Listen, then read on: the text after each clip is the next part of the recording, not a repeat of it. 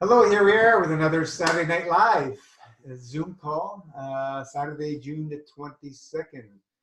And today we have our special guest, John, who's been with us before, and we had a great laugh. It's been 2 years now, right? Is it 2 years ago? Wow. Yeah, a little over. It feels like yesterday. Right? But, You've been around for 2 years with the masterclass, right? I think the interview was one. Yeah, I think my first, I think I found it March of 17, maybe. Yeah, I think March, maybe before. And that was it. I don't even know. And we didn't have, it's a lot different now, Rana. Yeah. You know, before it was just full MFS and we had to figure it out. Yeah, which was cool. I liked it. I enjoyed it, you know? No, that's like the information was always there. It's just for most people, yeah, they just can't comprehend what this is. They can't fit in all the different choices you can make within that, and that's why. Well, that's what, and that's what makes it so much better. It's always changing. Of course, yeah, we always evolve. It's our responsibility, of course, to make sure it's as structured as possible and as easy to follow as possible. Like the thing about myself is I really didn't have a clue at the level of toxicity humans are today, right? And we can move all that stuff out, but the thing is the transformation is so massive, people are just not ready emotionally, and that's the challenge. So it's best for people to take it one step at a time. Your video's frozen there. Okay, there you go. I got it. I just figured it out. So what do you want to share with us? It's just, it gets easier. I'm still not where I want to be. I keep going on. I mean, I don't even get on the board when I do a lot because I'm just, I started at a different place. So I started with full MFS. Yeah, of course. So I want to go full MFS because I've already felt, you know what I mean? I've already felt how awesome it is and all that. I just have to get like everybody, it's the coming off, getting excited, getting cocky with how you feel. But I know that as I go, it gets more and more balanced. Like if I cheat now, like before, if I used to cheat like a couple of years ago, my face would blow up or something like that. I have a real bad reaction. So it's not as bad now. Like my body isn't fluctuating as badly, even if I cheat. But I don't blame the system. I know it's not the system. It's if we realize what's happening during the fast, it's probably exactly what happened to us before, if we really want to think about it. So it's the same issue we've always had. It's just coming out again, and it freaks people out. It's like I like to say, the answers are in plain sight if you pay attention. It's as clear as day what's going on. You got to remember, we're coming from, most of us, decades of eating whatever, doesn't matter what diet, and then we're going into a realm where we're trying to remove all this gunk, and then we're trying to go back to eating again. That's massive changes both ways, and the body's going, whoa, what's going on here? You know what I mean? So it's this is why we say patience, persistence, consistency. You're going to get bumps, you're going to have falls, you're going to have all the above. But when you're living and loving it, that doesn't matter. You just keep going, right? It doesn't matter. It's part of the journey. Enjoy the bumps, because after the bumps, it gets better and better and better. If they're just bumps, I'm fine with that. That's the whole thing, It went from roller coaster early in my life to now it's getting, but. Yeah. It started to bumps like mountains, right at the beginning. Yeah, it used to be I used to describe life as a roller coaster. Now it's more like more of a kiddie ride. Yeah. It's not so extreme.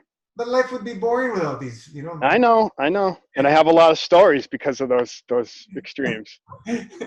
we heard a few before. For me, honestly, the hardest part is just letting myself be. Yeah. All I could be, honestly. That's it. I think where I'm from too, I mean, I may be generalizing quite a bit, but New England, it's sort of an older city, and it's the way I was brought up. It's like you never want to tell people you're doing too good. You're doing okay. It's a very I don't know. If you're too happy, people don't like you. Honestly, because it's not the norm. Or they're like, what's wrong with this kid? You know, it's. Yeah, well, that's in a lot of places. There are some happy places around the world. And then Yeah. you're talking about that, you know, if you're too happy and feeling too good, something's wrong with this guy. He must be, you know, on drugs or whatever.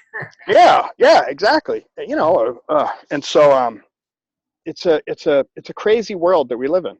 You know, it's amazing how we're all so accustomed to just being okay with average. You know, it's sad. I see it myself. Like when I posted it, I don't know, it's a month and a half ago, or whatever. When I just did a short, like 10 days or whatever, and it's like I open up so much. It wakes me up and I cry tears of joy because I'm like, why do I treat myself so shitty? You know, and you get it. It's just the whole maintaining of it, because I feel so good. You know, like I've been home for a while, but nobody really knows I'm home because I mean, you know, what do we do? Go out to eat? You know what I mean? I know what I'm going to get. So I'm just kind of sticking to myself. So I did a fast. I started to feel really good. And I'm a few towns away now, but I went down to see my dad and an old friend who passed away. His mom works at the restaurant now. So I went to see her more than anything. But and I'm on the fast. I feel amazing. And I drive up the Waverly Street, it's called. And the first thing I think of in my mind is the Framingham Bakery pizza, which is right there. And then up the street is Waverly Market. It's all subs and sandwiches. And then when I pull into the restaurant, I walk in the back door to the prep room, and they're taking meatballs out of the oven. And you know, it's just like, it's okay, fine, but it's it's like we torture ourselves. You know, it's amazing how ingrained things are. Yeah. You know, Yeah. it's unreal. It's the comfort of the uncomfortable zone. It's a very strong pull. Who cooked growing up in your home? Your dad or your mother? They both did. They both did. But Dad, at that time, Dad was building the place, so he was.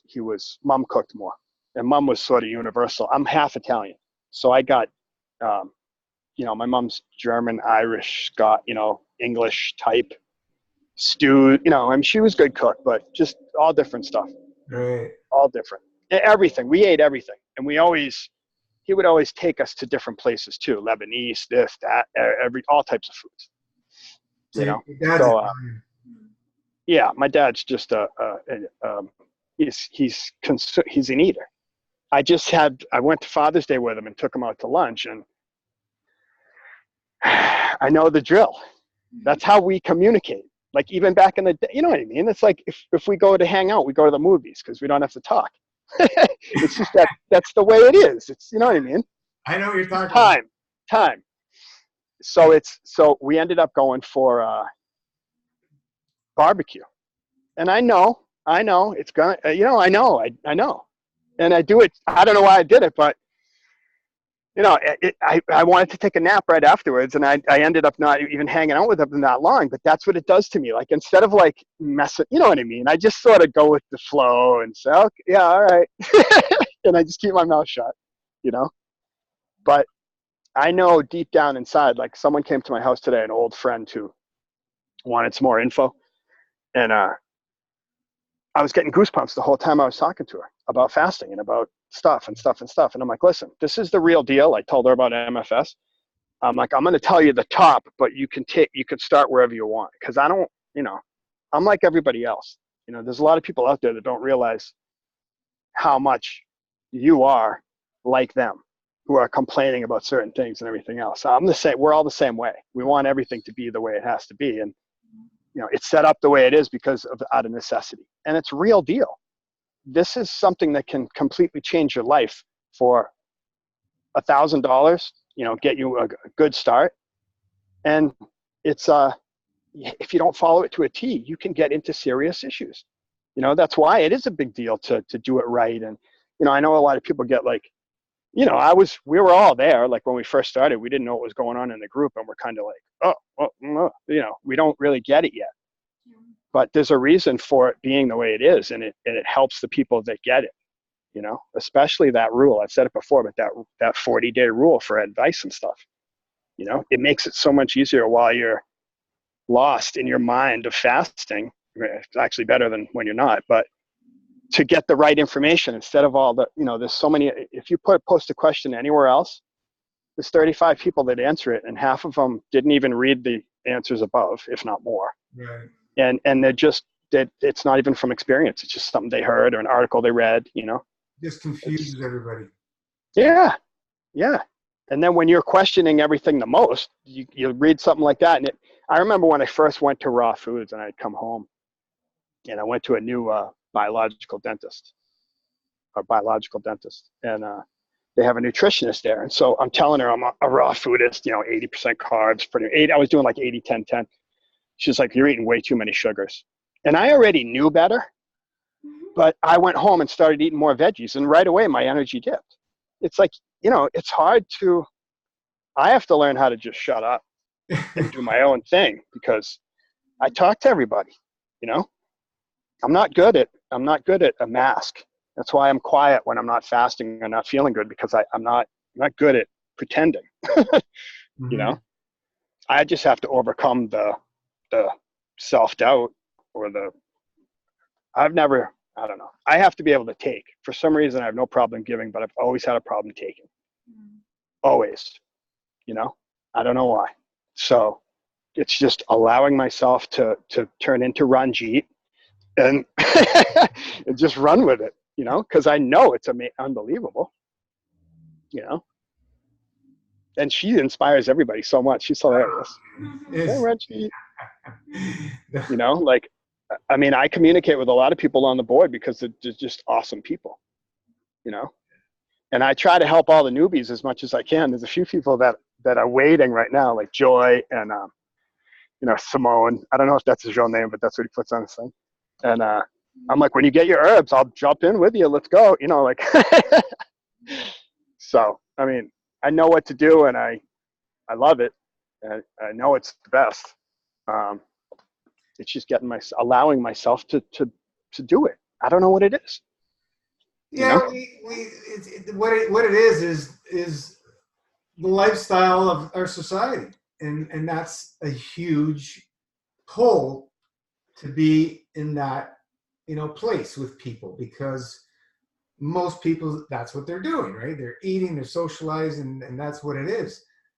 Fasting is really only talked about in the past by gurus and stuff like that, and most spiritual teachers and so on and so forth. It's not the norm out there. It's just not. And when you mention somebody who miss a meal, they go, they're having a heart attack. So there's people who never miss a meal in their life, right? Right. They can't. Are you kidding me? Exactly. I was there. You know what I'm talking about. We were all there. Yeah. Kevin, are you joking? No. Throw in a few extras. And I can eat. Oh, you know what a really nice thing too is, like, I notice even when I'm doing the fast, I haven't gone too long recently. Like, I've done a ton of 20s and stuff. I haven't even really kept track. Excellent. But my weight doesn't fluctuate as much. Right. Like, I gave my scale away just because I don't even know why. My niece needed one. But I think I'm keeping the weight pretty much. So it's not as drastic. So that's another plus, so that if I'm going deep, I don't look like I did, because I'm in my home area now. So if I'm too thin, people are like, yeah, whatever, So, but it's yeah. One of the really nice things is that everybody that I talk to around here, they're all going the other way. Like, if they weren't on medications in their 20s, they're starting to get on something now. They're just finally admitting that they really feel like shit, And so, a part of me is, I know that I'm doing all right. You know what I mean? I know that we're going the other way. Like, I haven't been on meds for like 7 years. It's such a difference, It's just amazing. Most people aren't very open either. Mm-hmm. So there's a ton of people out there that are very sick or very on a lot of whatever they're doing, but you'll never know about it. I think the statistics are over 70% of the population's on some kind of medication. That's insane. I wouldn't doubt it. Yeah. And it depends on what you put in that medication box too. Like, from our school of thought, it could be anything. It could be a supplement. Yeah, it could be a vitamin. Yeah. Right. So I want to get some colonics though. I definitely want to get more colonics. I still do my enemas and things like that. I've been consistent with the enemas. I messed my digestion up again because I didn't break it properly. But having the enema and my past with not being regular, it's like normal. You know what I mean? It's nothing that freaks me out. I'm not like, this system ruined me. I was ruined before. This just showed me, you know what I mean? We're all ruined because it's the truth. Have you thought of a Colima board? Yes and no. That thing is just, it's such a monstrosity. And I don't know. I like the convenience of the enema. I know the Colima would help, but convenience. Colima is, you know, I mean, I don't know. You know, when I first started my first fast, we did I think I did 2 enemas a day. You know, at most. You know, an enema a day was like the must. You know what I mean? So that was perfect. And it's just different now, but I prefer the enema. I'll do 2 or 3, sometimes twice a day. I like to do twice a day. I break it up sometimes. You know, yeah. But yeah, I mean, the Colima, I don't know why I'm not really. It's amazing. I don't have any place to hide it in my bathroom if anybody comes over. You know what I mean? I guess I could throw it in the tub. It's your pride. Huh? It's your pride. Yeah, right. Well, Like, be proud of it. Somebody actually one time, Johnny, he traveled to Italy and taking trains and this with his Colima board. With his Colima board, he was taking his Colima board. People thought, what is this thing? Yeah, but I'm assuming it didn't look like one of those blue plastic goofy ones that some people have. You know what I mean? It probably looked like a. Yeah. That's funny. I do like the thing, you know, putting it in your luggage, and if they're going through it, and you're like, that's my Colima board, or that's my enema bag. They're not going through your stuff. Yeah. But I honestly, I learned a lot by that trip to Peru that I took, because I came home. I've been home about a year, and I've honestly been in a really pretty much a funk since I've been home. Like, whatever, I haven't really let myself go. So I started looking into the ayahuasca, which I had already known about, and I knew all the thing and watching all the videos and all that other kind of stuff, and it's the same line of thinking where it's like, this is going to solve my problems. You know. So I was huh? Questa canzone. You know, Yeah, I don't know what that means, you know, but always the same song. yeah. So I don't know how, but I ended up meeting a few people. This woman, I was looking for other avenues, which, you know, I already know, Gino, but you know what happens. The mind starts to go again. And Man. So this woman was a Reiki master. I don't know what she was. Okay. But I started talking to her about fast. I was basically telling her what I know about fasting, and she was telling me about what she knew. And we actually know this person. I just realized that. But it turned out to be, she was, you know, so many people aren't pure of heart. I thought it was just out of all love and everything else, but it was more about taking my information, you know. And then she wanted to charge me for the stuff that she was giving me. Oh, wow. So long story short, I met an awesome person through her. We were all going to go to Peru together, to this healer's village. So it's donation only. It's minimal daily, but it's donation only, so it's pretty cheap. And the biggest cost was the flight down. So they both backed out, and I was like, I'm just gonna go. So I landed in Peru. I had this guy's phone number. I didn't know anything. So I landed in Peru. There was some taxi waiting for me from Dos Mundos. What? You went by yourself? Yeah. Yeah. So, and I'm okay with Spanish. I can't speak Spanish, but I can understand it. You know, I've been in the kitchen a long time and stuff. So,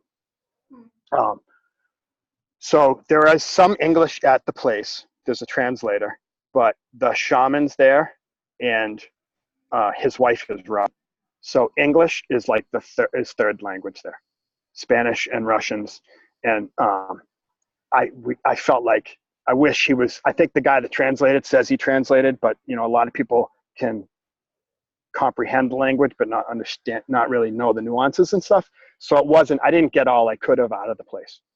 But basically, they put you on the dieta, which is all complex carbs, boiled potatoes, boiled broccoli, boiled plantains. Plantains are like the thickest, most fibrous things on the planet.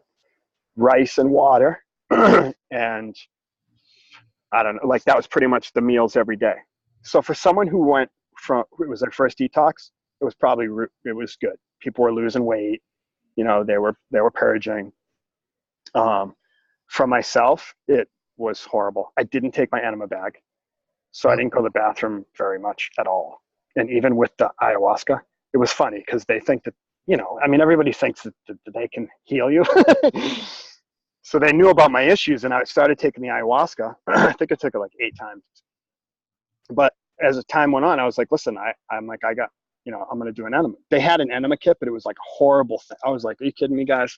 It was like a liter of water. It was ridiculous. So the shaman's like, no, forget the enema. Come here. And he wants me to sit and take something, right? And so he's explaining to me, like, I don't want you to throw it up. I want it to go through your digestion. So I'm like, okay. So I'm sitting there for like an hour or two. I'm hanging out with them, you know, nothing. I go to my thing the next morning, like, they're all excited for what they're giving me and all this stuff. And I'm like, no, because I already know that the food is blocking me up, you know? And so while I was there, it was cool. It was really cool. A lot of Russians. They were really funny. They were really cool to see because a lot of people do open up from it. But most of the people that I saw down there, they're people who have never opened up in their life. Mm-hmm. So a lot, just they've been holding on to stuff, you know, their whole life. So my roommate who walked in was from LA, a Mexican from LA. And he had an LA Rams shirt on, and the Patriots had just beaten the Rams in the Super Bowl. And it's a big deal, you know. So he walks in, he's like, where are you from? I'm like, Boston. So right away, whatever, we become buddies. And he speaks Spanish. So the two of us, and he's you know, we're both kind of savvy, you know. So the more we're talking and the more we're looking around, the more we're figuring stuff out, you know. And that's when I started to just kind of look at the whole process and realize that it wasn't set up the way that it was promoted. You know, it was a business. It was a business just like anything else. So one day I'm walking and I run into a fellow MFSer, Gabrielis. And I'm sitting there and they're from Chicago. So I'm like, oh, hey guys, what's up? How you doing? I'm talking to him. I start talking about Morse. I start talking about MFS, and he tells me who he is. And I'm like, that's you? Right? And I'm like, I'm John Mencoboni. And he's like, ah. So he knew better too, right? He knew about the diet, but he was like, you know what? I came for the plants. I'm gonna try it their way and see how it goes. Okay. Within 2 days of doing the diet, you could see him slow down physically. He was struggling. I could deal with it, but I still didn't really like the place at this point once I kind of figured it out, you know, and he was my excuse to like leave early. So the two of us would be sitting around this place, right, talking. And if anybody was near us, we with his story and me and him kind of both double teaming on him, we converted like a bunch of people there. Like, it was funny. It was really funny because when they, you know what I mean? When they sit there, I don't know, when you have the proof right in front of you and, you know, it was really comical. So then he had told me also that like a lot of the yogis that he knows some high up yogis, I guess, in the Chicago area. And every single one of those guys behind closed doors complains about their physical health. Yeah. So that's when I sort of just started looking at the shaman. And he doesn't even call himself a shaman actually, but his teeth were horrible. His eyes were really bad, really dark, yellow, dark. And he was balding. And it was the first time I really sort of looked at him. And then I was just like, and all the ayahuasca really did for me, it kind of replayed my life, but it wasn't really mind shattering. It really just showed me that the path that I was on was the right one, especially with what I saw with the diet and everything. Like I realized how much more advanced this really is. And which I already knew, you know, And then the other part was just kind of allowing myself to be. I always thought everybody sort of lived the same life, in a weird way. Like I thought what I knew, everybody else knew. So, and I don't know, I'm all about like sharing. And so when something used to, like, even with like, say my family's business, I never used to feel comfortable with talking about it or bragging about it or in any way, because I didn't feel like it was mine. And so I'm still sort of the same way with stuff. Like I don't know. It's like I want to be like everybody else in a weird way, even though I know I'm already a lot different. Yeah, there's some weirdness to me where I want to like make everybody feel comfortable. Like we were talking about before about being too happy, because of my diagnosis years ago when I had the hyper and the hypo, the bullshit chemical imbalance. I had to learn as time went on, before I knew how to fix it. I had to learn how powerful my energy was back then. And so I think that I had to learn how to honestly like not dumb myself down, but energy myself down around people. And so that's something I still, when I'm fasting, I think I get to a point where I'm kind of like, I don't want to feel too, you know what I mean? That's just an old pattern from before, because in the world that we live in, if somebody is too happy, they're going, you know what I mean? People worry about them. Yeah. I think like Jesus, you're passionate, you're excited, and I don't think there's anything wrong with that. It's great. It's a great Yeah. that you're passionate. It's great that you're excited about what you love. Yeah. I would say I've talk about it, enjoy. But I do. find a balance, of course, where you also have your energy for yourself as well. Right. I wouldn't be doing this for 3 decades if I wasn't passionate about fasting. Right. It just wouldn't happen. I mean, it's just, you guys know, it's just a feeling that it's unexplainable. So it's hard to, I don't know. I've learned a lot over the last couple of years too, with people trying to get people involved that just, I shouldn't even have mentioned it. Not even not mentioned it, but take them with the level they're at, Yeah. because, yeah, for sure. I mean, everything is and there's some people that'll never be ready for it. I want everybody, we're all the same way. We want everybody to know everything, but unfortunately, not everybody's ready. Will ever be ready for something like this? Yeah. It's a learning, which is sad. Yeah. For you and for them too. You're sharing, but you're also, you're navigating. You're watching, observing. Is it how much do I share? Yep. Yeah. I try to let them talk for a while to see where they're at, but it stinks because you're pretty much, with what we do, nobody else is in that same alignment really. They may have a few pieces of it, like, oh yeah, I'm doing intermittent dry fasting, it's awesome, but they don't get it. So it's fasting is grossly misunderstood out there in general. Even though it's getting more popular, it's very misunderstood.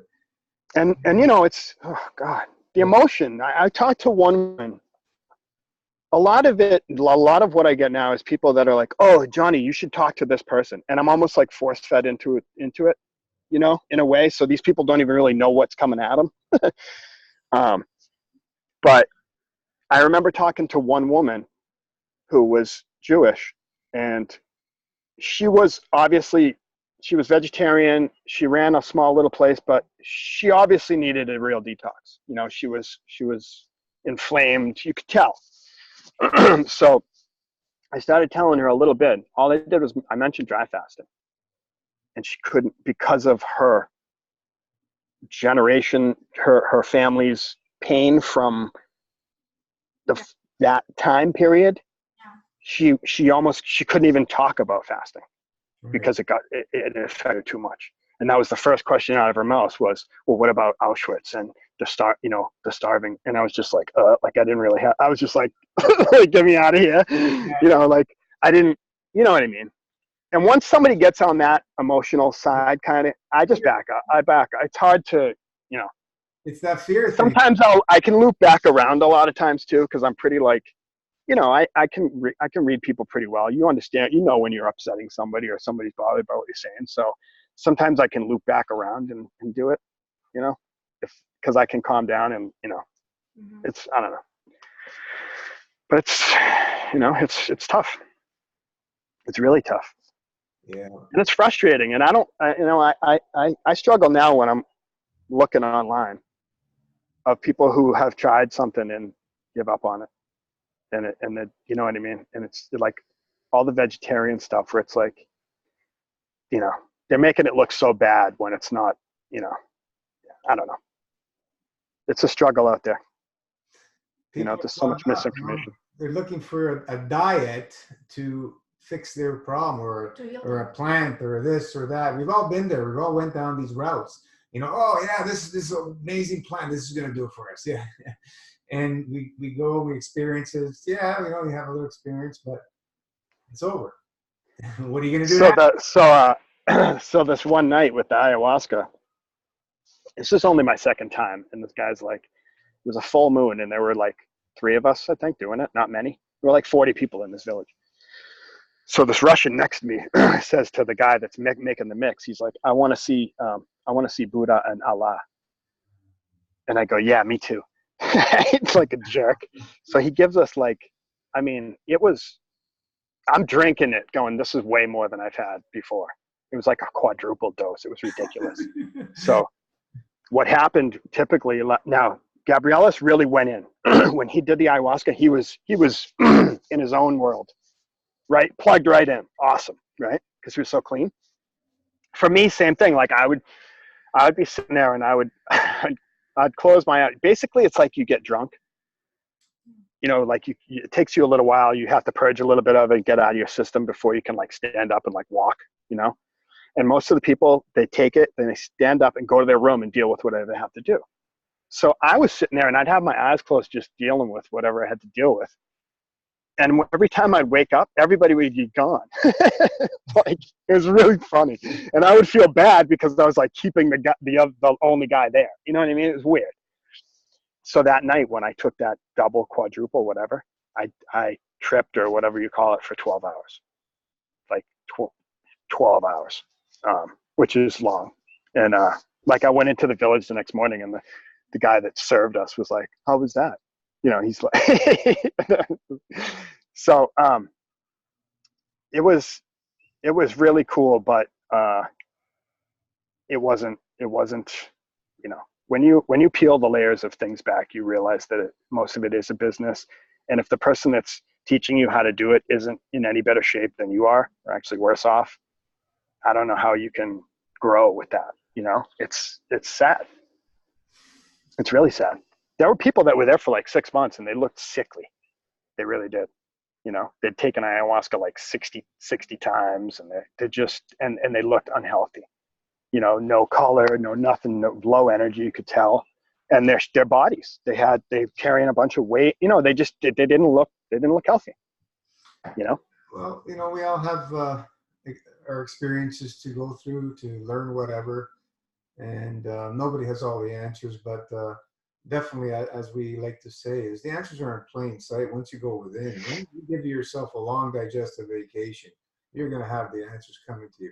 Are you ready to face the mirror of truth? That's the question, where we see most aren't. Look at what some of the people's comments they make.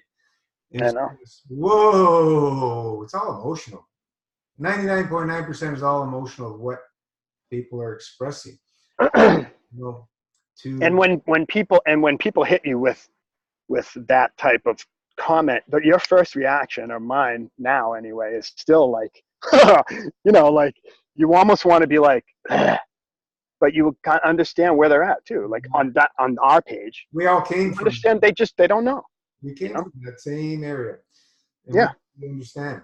But if they're not willing to, you know, make some changes and let go of the old pattern belief systems and programming, nothing's going to change. They're going to do a fast and it's an event for them. Like going to a circus, and it's over. Going to ayahuasca, it's an event and it's over. Whatever. Going to whatever retreat and it's over. What are you going to do when you get home? What are you going to do for every day for the rest of your life? That's what is difficult to get through to most people. And we've been doing this for 4 years now, and still few of the few actually get it. Even though the ones that did 108 days, they went back to their old ways. Maybe they have the experience that they can't forget, because you'll never forget the experience, and it's going to change you dramatically. But the pressures of, I guess, the way they're living is just too overwhelming emotionally, and it draws them back into that space, because these triggers, if you're continuously around the same triggers as you were before you started the fast, you're going to end up basically in that same boat. I like sometimes, forget about fasting, just like, sometimes people say, I need to take a vacation, like I need to get away. Okay, you go away, and then you come back, you have even more responsibilities because you took some time off, and so what's the point? I don't like, I feel like I don't need to travel nowhere. I need to go. Well, my you know what, Rana, I actually feel the same way.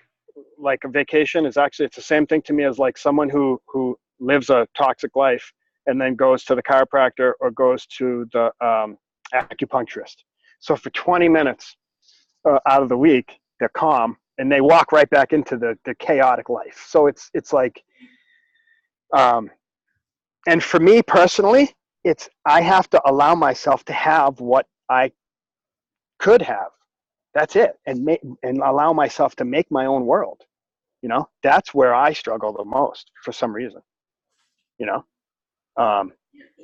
but, I feel like for many of us, really, what we're lacking is discipline, and discipline and managing our lives. We can get lost. Rana, can we, when we figure it out, Gino, would you mind if we copied Rana?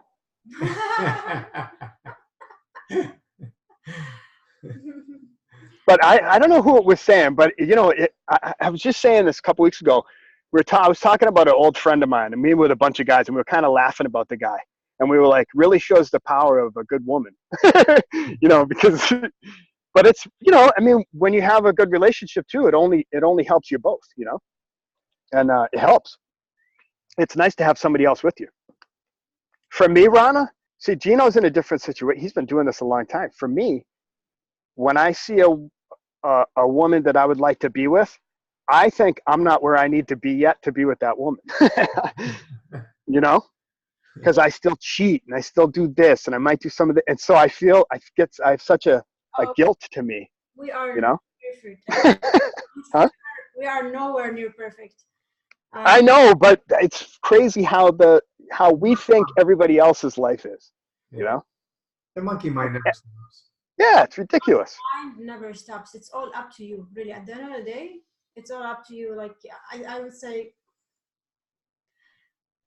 for me, I know personally I can do much more today, but I have to be fasting because I've done both. I can tell you there is no comparison how much more I can do fasting. You got more time, less sleep. The human potential is huge. I think for me, it's, I don't have wasted thoughts. Yeah. I'm not just constantly thinking. I'm just doing what I thought. It's different, Mm-hmm. When I don't fast, I if I fall, I feel so different. Yeah. I mean, it's so unplugged, really. I mean, it's what it is. I disconnect. Yeah. Some of it too, like when I get too connected, I feel like, I don't know, like I feel like I'm too connected to everybody. Like everybody knows what I'm doing. I've always sort of felt that, like in a way, like being watched, not in any kind of a psych ward way, like paranoia way. But I've always felt like even if I drop trash in the middle of the woods, somebody's going to know. You know what I mean? And so I still the beauty for me when I fast is that the way that I used to think most of my life was sort of worrying about everybody else, growing up with restaurant, customers, that type attitude, like a server mentality. When I fast, I don't care. It's not that I don't care because I have a good heart, but I don't care. You know what I mean? I don't care what they're doing. I don't care if they're looking at me. You know, it's different. It lets you go. You know, it's Yeah. amazing for me. I don't know why I don't do it more often. You know, when you break a fast, maybe you're a week or 2 or 3 into it, and then your whole day is consumed thinking about food. You know, have you been through that? Yeah, Yeah. of course. Yeah. So what do you think, is going on in most people's minds out there? What are they thinking about all day? Next meal. Yeah. Like really, the, we live to eat or we eat to live, right? It's Just the amount of food. Now, even though I'm not living the best life I could right now, the amount of food that I eat compared to pre-MFS is probably a third, at that's least huge. half. That's huge. I couldn't even imagine eating what I used to eat.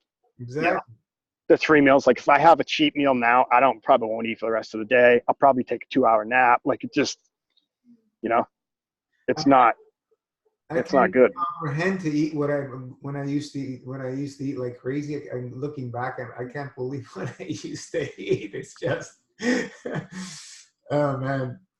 It's not. I went to Catholic high school. We had the nuns sold candy at like a candy shop. So after lunch, we'd all get like sweet tarts and nerds and just sugar out for the. You know what I mean? Like, of course he's not paying attention in class, which is actually a blessing.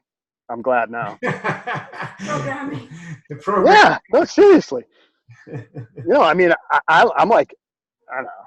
If I allow myself some success in life, it'll be funny to say I'm a high school dropout. Like I can't wait to be able to like be proud of it, because I wasn't programmed. It's hilarious. I didn't go to, I think it helped now in retrospect. I'm like, probably it's the way it was supposed to be, Yeah, we don't want to ever regret what we went through because it is what made you who you are today, So great. Whatever happened is great, I mean, would you ever, like maybe, let's say we are, would you repeat what you have been through? Maybe not, or would you raise your kids the way you were raised? Maybe not, so, which is a good thing. I mean, honestly, it just depends on, what vibration I'm at. So if I'm low, then you have those regrets and you have all that crap. If you're on a higher level and you're on a good you're vibrating good, you feel good, those thoughts don't even come into your, you know what I'm saying? And I experienced it before because I had such highs and such high lows that each one was like, what? When I would go the other way, I'd be like, I can't believe I used to think that way. It's and now it's just balancing it out so that the, whatever. But it's amazing how it's all connected, when you're vibrating and you're just at a certain feel in your body, you feel, you guys know the drill. It's like when you do the dry fasting and you're like plugged into the same knowledge that Osho had and, those guys, it's amazing. You're like, you don't doubt that you're not limitless or this or that. You're like, how do I know this? You know things you'd never learned. That's the best part, And I was fortunate enough to have felt it, previously before fasting and all that. It wasn't balanced, but it was, a similar feeling, So now it's just allowing myself. I'm not sick if I feel really good, like used to be the what they would ask me or whatever. It's so different now. Now I just have to be okay with being, whatever. Being the light and helping, you know what I mean? Yeah, and you can tap in, right, to that info. Yeah. Jeez. I just got to keep talking to you guys. I'll be fine. That's why that's why we're here. You gotta stick with people that are on the same kind of wavelength. Otherwise, you're going to be pulled out by those triggers. Like all those years when I look back, I did it mostly on my own, because nobody wanted to hear about fasting. Fasting. The big raw food thing started kicking in around early 2000s, And fasting is not a popular thing at all. When I told people, yeah, I'm fasting. Fasting? Yeah. Yeah. Like, what are you torturing yourself for? They don't, they don't understand it. Yeah. What, you're going to have nothing? Oh my God. But that's what happens. You realize that if you go far enough in that path, you're getting more with less, That's right. but it takes people a long time to see that, It's very difficult for anybody to comprehend because we're taught the opposite. Get more and more and more and more of everything, right? Pretty much. Well, I mean, pretty much. Yeah. And then you're like 75 and you start getting rid of stuff and simplifying your life and, realize that, you know what I mean? I don't know. It's just, it's a mess. It's frustrating around here because there's a lot of medical in my area. Boston's got the best hospitals in the world. And a lot of everybody's a nurse, everybody's this, everybody's that. So like, there's so many, like, I don't have friends really on my, like, local friends. I don't follow them on my Facebook. It's just people in this pretty much, because I want to make comments on certain stuff, but I just know where the people are at, and it's hard to break that. I'll put the information out there, and if somebody wants any more, then I'll answer questions, but they have to ask for it, because forcing anybody to do it never works. No. You know what I do? I share with all my clients, like it's just a given. I talk to them about diet, and at the end, I talk about fasting. Yep. About the master fast, and if they want to learn. Some you never see again. I share with everybody. I don't care. Yeah, I know. I mean, it's not that some people don't come back. It's not because some people are just trying it out, right? And I'm advertising myself, so they get a deal, a coupon, so they would come because it's a deal. Right. They would just try it out. So it's expected that many people will not come for the regular price.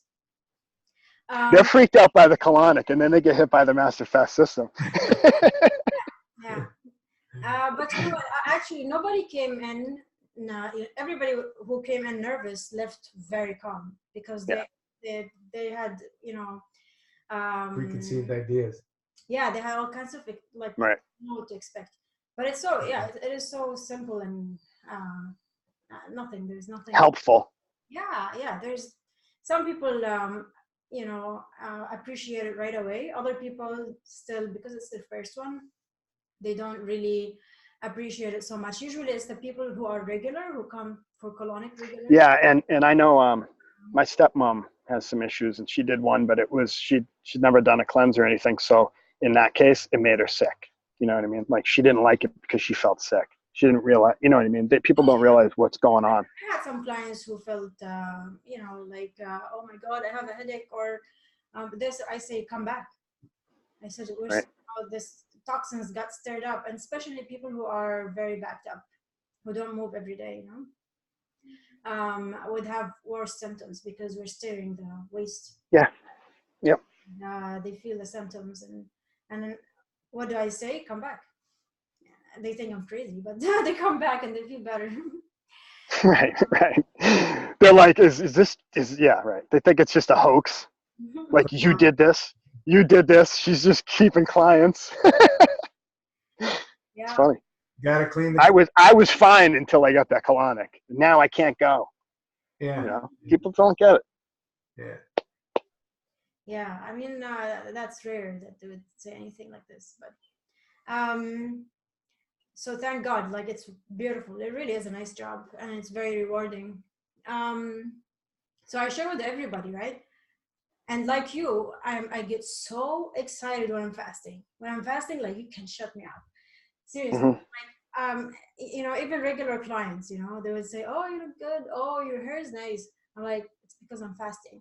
Your skin looks nice. It's because I'm fasting. This is nice. It's because I know they got sick of me talking about fasting. But I don't push it. I'm so excited, like, if you give me any compliment, I'll tell you it's fasting, I'm sorry, it is fasting. I've done both, So I can't shut up when I fast, but it's okay. Yeah. It's exciting. Well, you're lucky, at least you have, I haven't allowed myself to open up something yet. where, a business or something like that, there's a huge advantage to where people actually come to you that want help. For me, I'm just walking the streets talking about MFS. So it makes it a little more. Talking to random people, I mean, Oh. I tried once and I almost got attacked. You don't want to do that. Like one lady had psoriasis, I think. I know, and I feel so guilty when I'm like, I see people and I go, I could help them, but yeah, you don't want to be strange. They might have a gun, and you don't want to mess with them. No, it's serious. Like, random people, it's best not to talk to, because especially it's public, but privately in an office, it's easier. Yeah. And like we talked, people have such emotional ties to whatever it is that they're holding on to. You don't know what's going to happen. I have a friend who's so he's so angry and doesn't know it. He doesn't realize that anger is an emotion. Like a lot of guys think that they're tough guys and they fight. They don't realize that punching someone in the face is the same thing as crying. It's just different. It's just a different avenue. Yeah. And he'll walk up, like someone will come in with like an autistic child, and he'll go, "You shouldn't have gotten the vaccinations." And it's like, ugh. He thinks he's making a difference, and it's like, because he knows they're bad and he knows a lot of information, but it's like, right, you could help a lot more people if you just changed your tact, your approach a little bit. And it's like, that's what we learn as we go along. Like the friend that came to visit today, I talked to her 2 or 3 years ago, about certain stuff. And then, you plant little seeds in people, and eventually, the ones that are going to do it come back and want the help. It's nice once, as you continue on the path, it's nice to see people that come back around, start to ask questions again, even though when they heard about it, they were like, no way, because I think everybody on this planet, if you can dig a little bit deeper, nobody is balanced. Nobody is running, 100%. And it's sad. Not even close to our. No. Not even close. Our potential. Our potential is big. It's huge, and when you do a long fast. I was saying it today. Like even just people who don't have wealth think that those people with it are it was a fix. They just think differently than we do. That's it. That's the only difference. And they don't have the mentality, the general public and the masses have been taught so poorly about money and how to use it and everything else that the only difference is the way we're taught and the way we think about it, and it's amazing. And for me personally, like I felt like when I first did this, I felt so good. And I know that everything can come, you realize everything can come to you if you just allow it. It's just maintaining that what happened to me, like when I was in Atlanta, I met so many people in a short amount of time, so many people that like I connected with, that I forgot about the people that I met. I just kept rolling with it instead of capitalizing on the people I had just met and working. You know what I'm saying? I like let it all come in all at once, and then it all leaves. So it's and I'm learning that too. I'm just kind of taking another drop, but it's all right. Get back on the fast. Like I know that this is obvious to me that this is the best. No matter how you eat, you still have to fast. You still have to dig. Food's not enough. And that's the hardest part. So what are you planning, like as a lifestyle? What are you planning? How do you see yourself living? I see myself, plant-based. Yeah. Plant-based. I love fruit. I always have. I want to do plant-based, but I'm not where I want to be yet, where Gino, I wish it didn't matter yet. I wish none of this mattered, but right now it's still hard for me to break the patterns. So ideally living? Like, huh? What's like your ideal lifestyle? Like, let's say everything is like. Oh, my ideal lifestyle is definitely minimalist, But I don't want to limit myself. So I want to be able to sort of, I want to live plant-based, but I want to be able to travel too. I really don't like the snow. I don't like the winter. I would like to be around. There's benefits to me being around here. I think now that my family's getting older, you know, when my parents are gone, I don't, this isn't where I'll end up. Like just the sun, I feel like the tanner I get, the better I feel. Like I get so much energy from the sun. I love it. Yeah. You know, so ideally it would be in, if a winter, a very light winter, but a warmer place. I don't like clothes. You know, I like laying in the sun and doing that. So it would be plant-based. You know, I would love to, I think someday, once I clean out, of course, I'd love to have kids. And maybe a girlfriend someday. But again, like I can't, it's weird. It's, huh? Yeah, I wouldn't mind a wife. Sure. I think I got to start with dating, right? I don't want to just jump right into a marriage. You never know. Those arranged things are tough. But again, I know I'm not where I could be, and I don't like to take that out on people. So like, I don't take things just because I want it. I think of other people too much. So like, if somebody wanted to date me, I would talk them out of it. You know, like I'm not there. Okay, you know? so where do you want to be? Like, forget about as far as location. No. Forget about the location. The location is inside your heart. You make it. You make it happen. Forget about the location. You don't need to be nowhere. You're at home. You're having amazing family. You know, you're with your mom and dad. You know, whatever. Yeah. Father. Yep. I don't know. Yep. But sisters. You're fine. Yeah, and you're fine. There is no like. Forget about the location. The location is there for now. Yeah.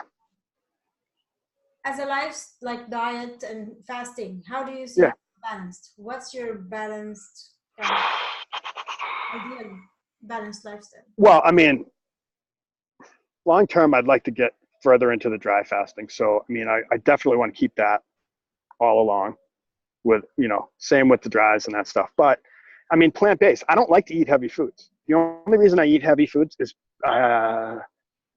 to, you know, the same reason anybody else does, to deaden myself.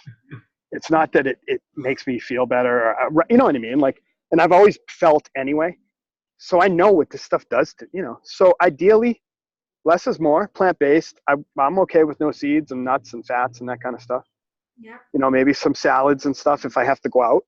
Grow your own food? But I would love to, Rana, but the problem is my mind hasn't been calm enough to this point to like grow something from seed to, you know, it's a weird thing.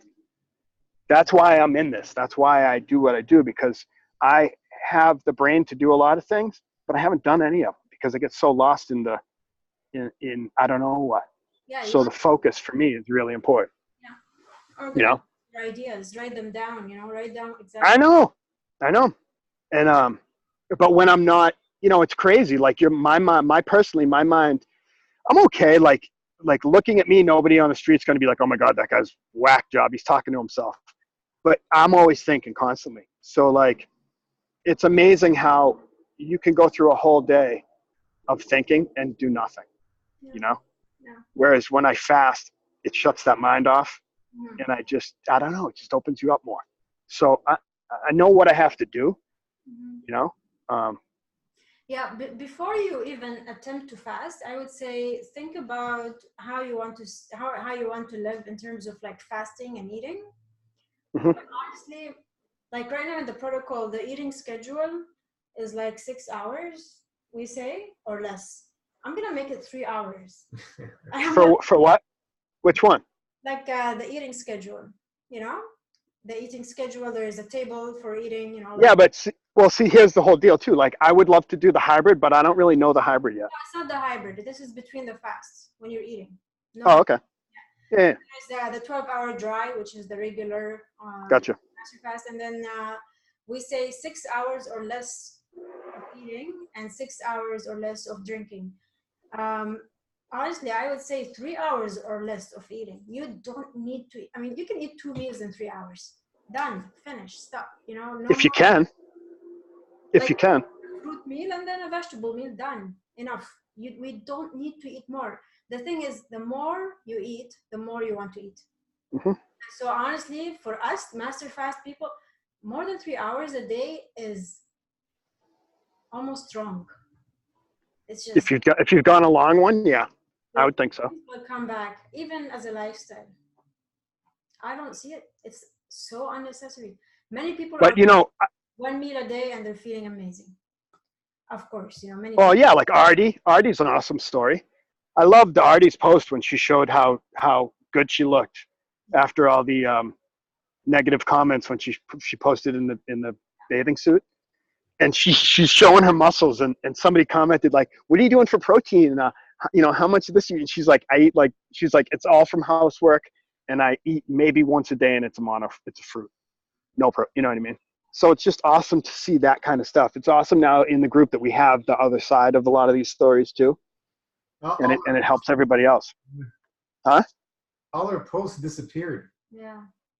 All our posts. I'm only looking at you guys. No, I mean on the group. I couldn't find their posts anymore. Artists. Which one? Facebook. All artists posts disappeared. Oh, really? Yeah. Yeah. Huh. Oh no, you know why? Because she changed her name. She got married. Oh no, I know that. The Kendra. Huh. No, it's still. That stinks. Yeah, there's weird things with Facebook because it doesn't work proper all the time. We got to try it again. But anyways, yeah, she's been around from the beginning. But honestly, the greatest thing about the group in general is the search too. I tell everybody, but that search key, because there's so much information in there, And if you're frantic or whatever, there's so much that can just, if you know how to. Once you get a feel, you know who the admins are, you know who the people are that have done it. The information you can get from this site is like WebMD to me. Exactly. Better, way better. The thing about people, we want people only that have done, about 40 days of MFSing to make suggestions and comments is because unless you've done it and experienced it, you have no clue. You have no clue. No. And you're only going to bring more confusion to people by all these comments. And you're just there to suck our energy. Yeah, pretty much. Energy. On their scavenger hunt. Yeah.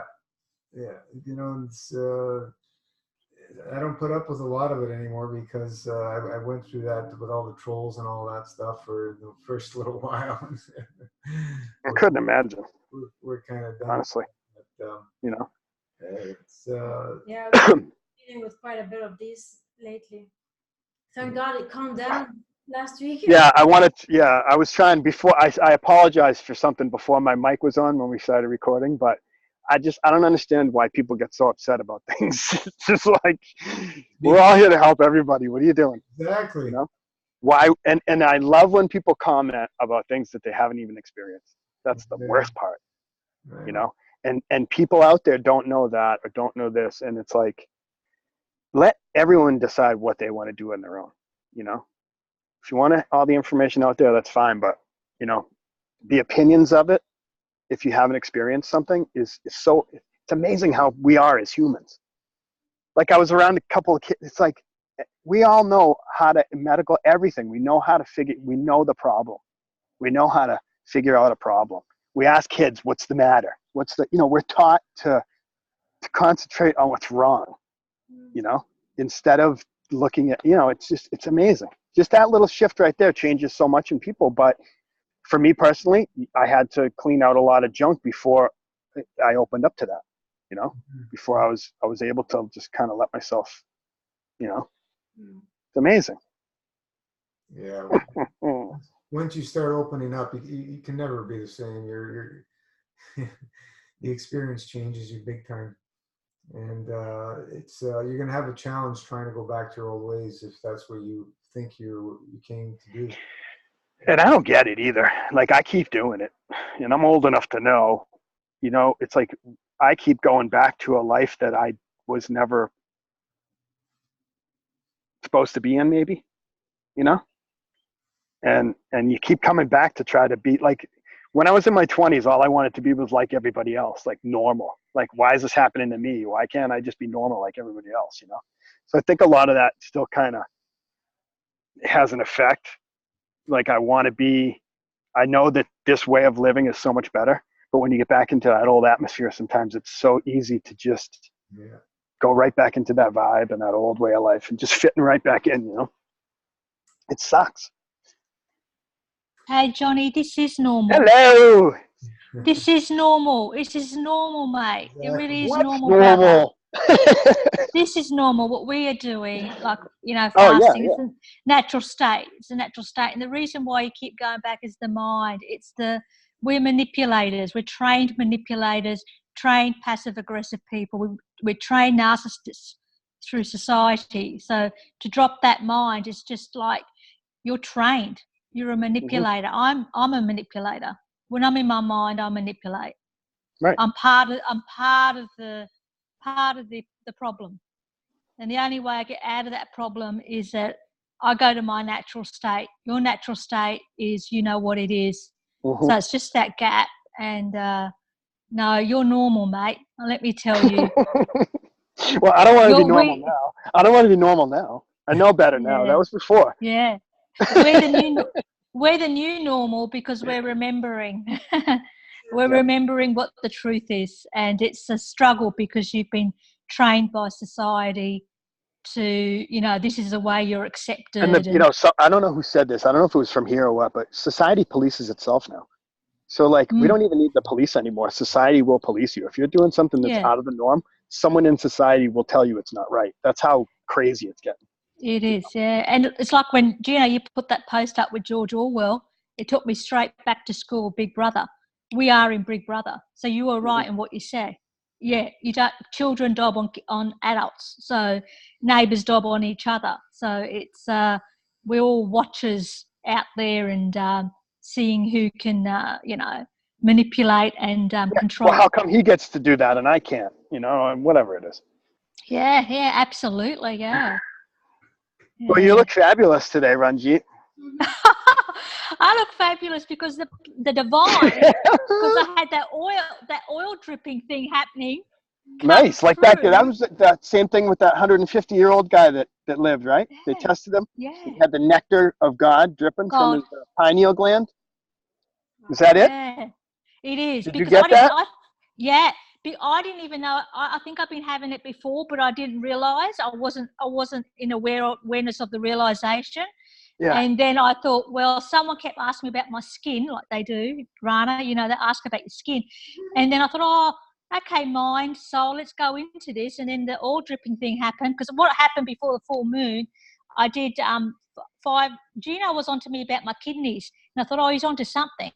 Anyway, and I did 5.5 bags of enema because I had this emotional blockage. This is before the full moon, and then that all released, and I had turmeric paste that came out, and then after that, it was. Did you say turmeric paste? Yeah, I don't from get my it. kidneys. Well, because that thick? It was that. It was from all the Indian food I've eaten all my life, and Yeah. plus my genetics. All right. Yeah. Did you use it again, you think? Did you dry it out? You could. No, I didn't use it. No, I don't need to. You're wasting, Ranjit. That's wasting. I just looked at it. I was like, all the aliens that come out of your backside. I go, oh, that's really interesting. That's all I say. See you later.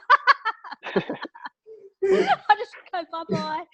Maybe you could start. Hey, maybe you should start a turmeric. You know, you could start your own special group now. Transplants, turmeric transplants. Get all the Indians on board. Yeah, I reckon it's a good idea. Actually. Yeah. Whatever. Sell to the masses. So what happened after that? Then that happened. And then the oil thing happened, and then I just bloody go into this bliss state thing that happens, and you're just off. You're off, right? So you're in the other realms, and then I had the experience where I was there. I got pushed out of my physical body and went into my light body, and so I was like, holy freaking hell, what was that? And then after that, when you go in your light body, you forget everything. So you actually forget your genetic line, you forget your mum and dad, you forget, I forgot my husband, you forget everything. Everything is nothing. It's like nothing. It was only for a moment, but then I went back in, and then you get all these realizations. And then you realize that you can go into the limitless place anytime you want. Anytime you want. And then and the thing is that liquid nectar thing that you have that feeds you. I didn't realize, because sometimes you think, oh, you get fed from all these energy fields. So you get fed from the plant energy, you get fed from this and that. Then all of a sudden you go, well, that thing's feeding me too. I'm going, no wonder I've got muscles on my back. Like I've got muscles on my back and I don't do weights. I'm going to take a photo of it. And I go, where's that come from? Besides, What, from carrying around the Kalima board? I don't know. Push-ups. I do some push-ups, but yeah, don't know. I have no idea. I don't even worry about it. Don't even think about it. And that's when you go, well, mate, for you, like, honestly, the new normal is what we remember, and that's the natural state. That's the natural state. So it's just the mind. So what you're talking about is just that mind, that programmed mind, the narcissistic mind. Well, that's the whole thing, Ranji. And I know all this too. That's why I don't comment that much when I'm feeling this way, and I kind of go because I know, Yeah. That's actually makes it harder because once you know and you don't live it, I think you're a little harder on yourself, At least I am. Yeah, I think you are. I think most people are because you're caught up in that struggle of back and forth. You're back and forth, you're back and forth, you're back and forth, and you're caught up in that struggle. And then it has to be a point which I still believe, and I've said many times, is there is a point of black and white, and there is that point of discipline. There is that point of commitment. That is that point of surrendering to the soul. There is that point of trust.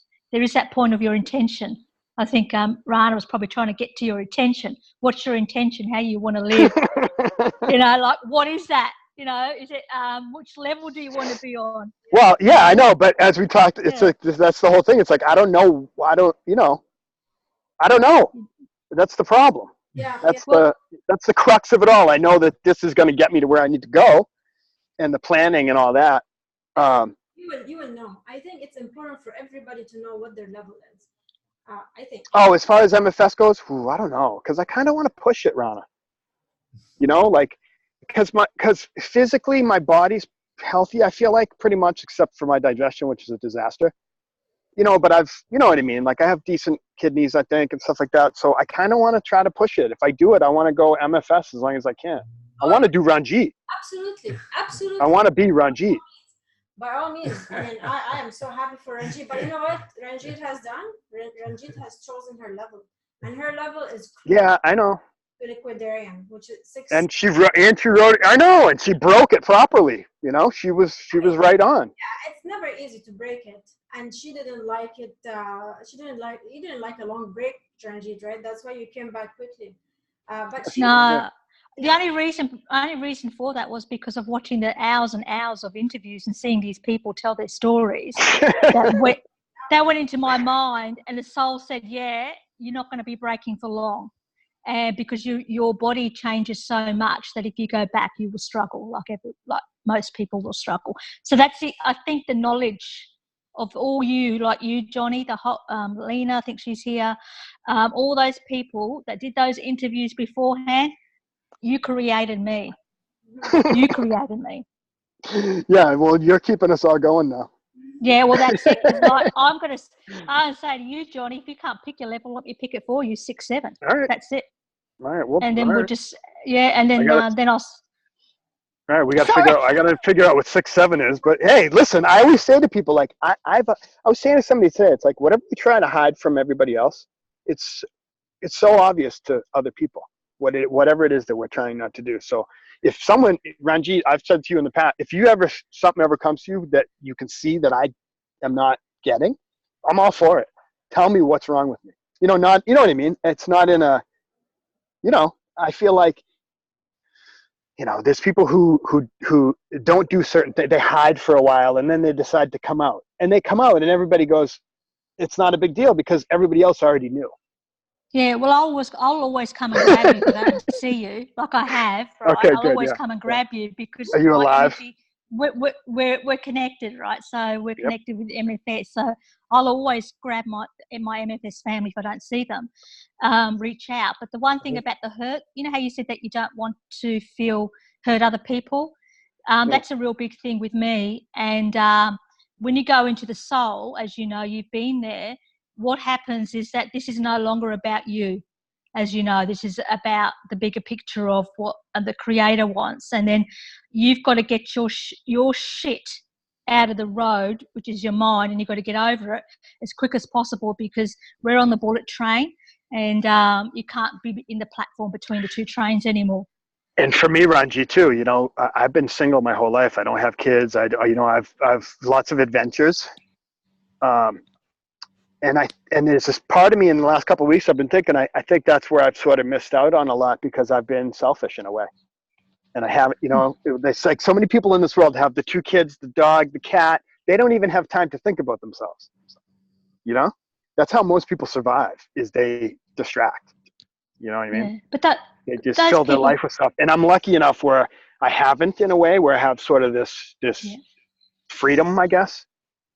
But at the same time, I haven't grown any roots, and I haven't built my kingdom, if you will, my personal kingdom, you know. Your personal kingdom is within you. That's with everybody, no matter what life they have. That's if you're into comparison, that's a mind thing. So you need to get over that.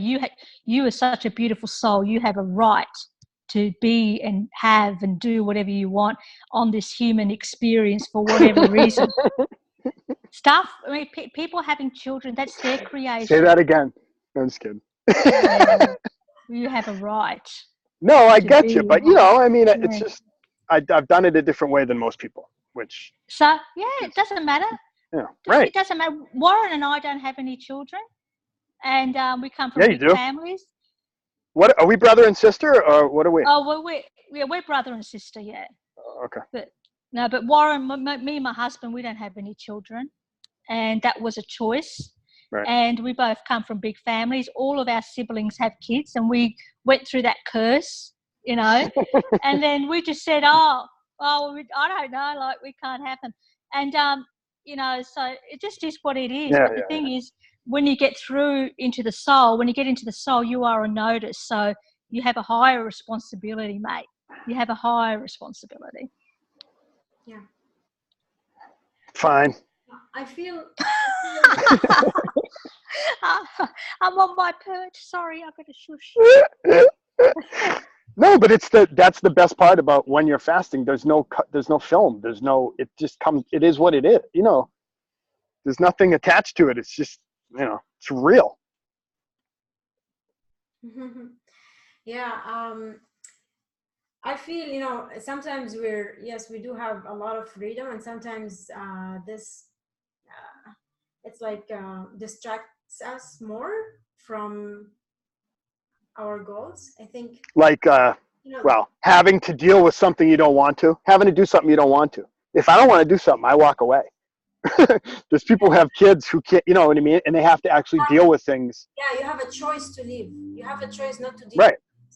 Right. And that's actually what I've pretty much, you know, I have a lot, even though I've never been a violent person, I have a lot of anger. It was actually something the shaman told me too, but I know it just from my family line, you know. But I walk away. That was always my thing. It would be like, I'd blow up and be like, you know, the further away I got from the situation, the better I felt. The more it just dripped off me, you know. And that was my old way. That's what I'm learning now, where you gotta, you know, I mean, that's what it's about. Mm-hmm. You gotta deal with that stuff, or else you're never gonna overcome it, right? Did any of it come out during the fast? The anger? One day in particular, real bad. Real bad. That was the day. But see, that's what I tell people too, is on those days, the worst days you have. So for me personally, it was a really long day. That was when I was first getting an apartment, and I only had a certain amount of time to get there, or else it was going to be like a new rate, all this other kind of stuff. And somebody wanted to help me move. So they were helping me, even though I didn't want the help. And then the key got lost to the U-Haul. So I had to call a locksmith to come. And I was freaking out. Like, it was D-Day, you know, like all my stuff's in there. I'm ready to go. I finally get on the road, and then I get to the place I'm moving into, and I'm on the 5th floor, and the U-Haul's too tall for the parking garage. So I had to take the elevator, stairs, or whatever, all the way up. And by the time I got to do an enema, and so that person, I freaked out on a person before I left. that was involved. When I got home and did an enema, I looked down and saw something dangling, and I pulled it out, and it was like, that was my 2-foot long tapeworm or ropeworm, whatever it was. And it was like, oh, like I felt so much better afterwards. Yeah. So that's something I always say to somebody, like, your worst day is when you're going to get the best results. You're going to see amazing stuff if you get through it, you know? But my anger is different. I don't take my anger out really on other people. It would be verbal in the past. Like I could blast people with words, you know, that was my thing. Cause I didn't grow up. So my dad stopped the physical abuse in his generation. We got the mental. So I'm good at that. I'm really good at that if need be, you know. Plus in New England where I'm from, you're taught that first, like how to, like, you know, react verbally to people, and you make fun of your best friends. That it's a really weird thing here. So it's different for me. Like I'll just go, I'll leave, or I don't really back down. I don't get into fights or anything like that, but I have a calm. When other people are out of control, I can stay calm. So it's really cool. Like if somebody's really upset with me, I can just stand there and be cool, and they don't really know what to do. So nothing happens. It just ends. And I'll be like, hey man, we're all, you know, we're here to have a good time. Let's all just chill. You know, it always kind of works out that way. So I know I have anger, but I don't know how it manifests. Like, I don't know how it really manifests, you know, in me. I don't get road rage. I drive a minivan, so I can't even speed. You know what I mean? Like I'm pretty chill, but I'm really not. It's like most people. You look at, you know, externally they seem calm, but you know they're maniacs internally. But I mean, I guess I got to fast it out. I don't think it's my anger, really. I think it was put on me, because I haven't had violence hasn't been a part of my life. I came from a loving family. You know what I mean? Like I had a good childhood, all that kind of stuff. Usually the anger is held in the liver, so I'm sure you can detox that, no problem. Yeah, but we carry a lot of lineage, that's for sure. Yeah, it could be in the liver.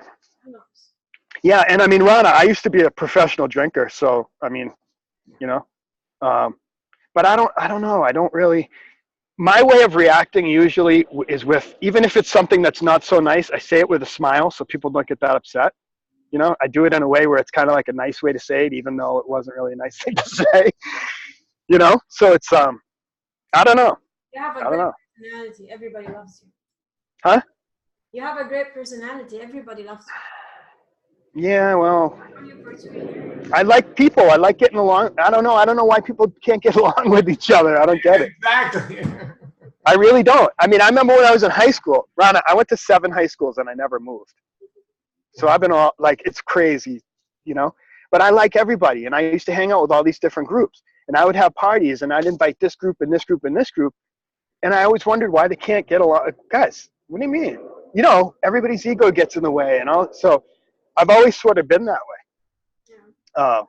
And I haven't, but I, you know, as selfish as I've been, I feel like I haven't been selfish. Yeah. Because I haven't stood up for myself enough and be like, no, I'm doing this, or we're going to do this, you know. Because of that likability, that's what gets me. That is that I just sort of go with the flow, and I can read the situation well. So rather than upset somebody, I'll just, you know, I know I'm fine, so I'll just let it go, you know. Yeah, that's a talent. It's a good. But I don't know how to use that as a whatever it may be. Like, you know, we all have something we're supposed to be good at, or whatever, or some talent. I'm still trying to figure out where that is or what that is. You know, maybe a greeter at Walgreens. I don't know. Yeah. Get into some more digestive vacations. It'll come. It will come. Somewhat? Oh, I know. Yeah. One thing we know is that you love people. So. Yeah, I mean, how can you not? I like dogs more, though. Yeah, who doesn't? I like dogs more. Dogs are awesome. And so for me now, like if anything from this, like somebody was like, oh, I can't wait to see a Zoom. I'm like, it's going to be a little bit different. I'm like, after I rewatched my first Zoom, I'm like, man, I was so, you know, I was like so excited, you know, Yeah. which was awesome if it lasted, if I didn't go back to old, you know. But really, staying in it has just shown me that there's nothing wrong with the system. It just nothing's automatic, and it takes a while to get balanced. So even though I've done a bunch and I haven't broken them right, and I've done this and I've done that, I still know that this is the right process. It's you know? ongoing. It's a lifestyle, and you know, we're dealing with endless emotions and all kinds of stuff. There's no thing that you're going to switch and it's all over. That's what people are looking for, and then you're going to find it. And Solution. and honestly, the answer is not going to be in food.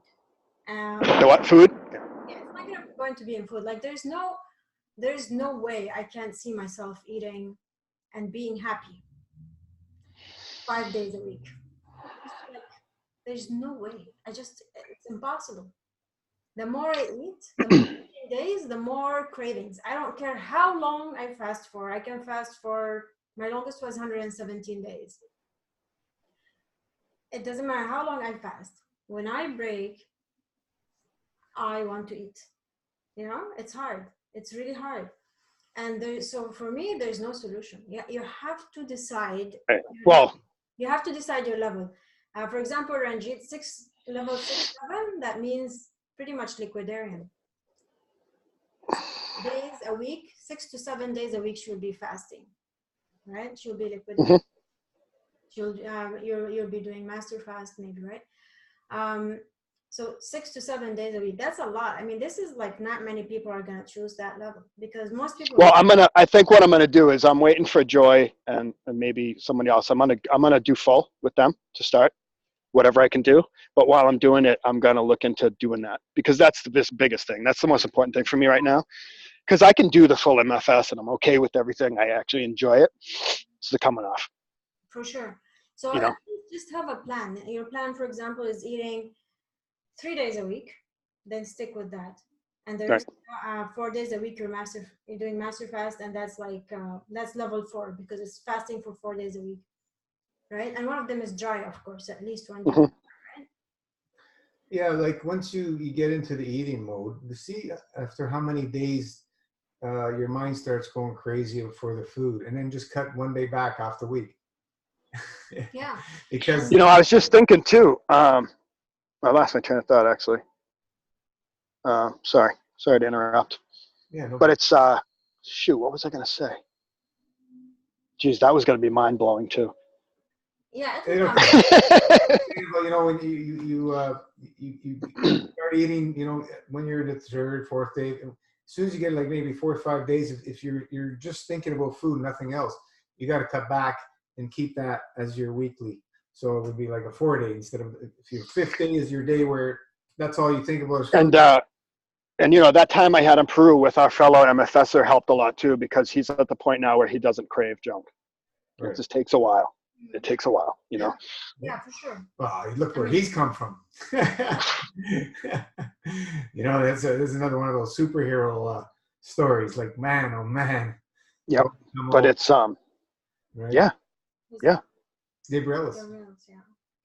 Yeah, but it's real. I mean, we all want it to be real fast, and we think after we do the fast, okay, my stomach's good. No, you got a while.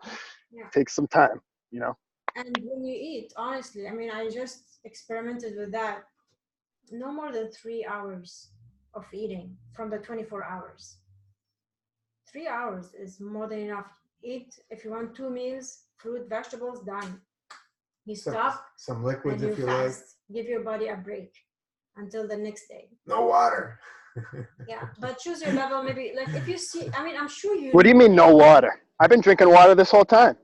Yeah. I'm sure, honestly, I'm sure you can see yourself what's best for you. If you're, you know, how long can you give up the food for? Rana, to be honest with you, I know we like all of us, I see that thing, but it's those belief systems that aren't letting me be that thing. That's what I got to clear out. You know, that's it. That's practice. You just have to. Right. Are you joking about water? Yeah, of course I'm joking about water. Yeah. It's funny, you know, but talk to people and say, I don't drink water anymore. What? But it did, yeah. But you know, when you talk to them too, it's like even just the small stuff. Like when we were kids, we never drank all this water. You know, little stuff like that. And they're like, yeah, you're right. And it's true. The more you have, the more you need. But it just made me think too, Gino, about the weight loss and stuff. People freaking out about the weight. And I think whether you're heavy or you're skinny, if you're thinking about the weight, it's gonna stay that way. Either way, just get rid. Don't even think about it. And whatever needs to be healed is gonna heal faster. Yeah. But when I broke my fast, I put on. Now I didn't break it right, and whatever. This is when I had my adventure. I was going to help somebody and pick them up down in Florida. It was a disaster. I think I put on 50 pounds in 4 weeks. Ooh. But I looked to the general public, you know, they were like, wow, you look great. Because I was like 170. No, I think I was 126. And then it's unreal. You know, the skinniness comes right back. Even if you go off it and you get, like, when I broke it, I got my ankles swelled up so much. I've never had swollen ankles in my life. And I woke up and I was like, oh my God, you know, but I know what the problem is. I wasn't like, this system sucks, it's all your fault. You know what I mean? And I was just thinking, I think for me personally, my anger is towards myself. Yeah. We see that's where it is. I don't get mad at other people. I always blame myself. People condemning because they're trying to go back to what they used to eat, and their body's going, "What are you doing?" Yeah, you will know. And most of us who are here for a reason. You know, like there's very few people I think that have never had issues in their life that find these things. It's just not part of their program. You know. So like for me and most of us, you just got to remember, why did we start this in the first place? Mm-hmm. You know?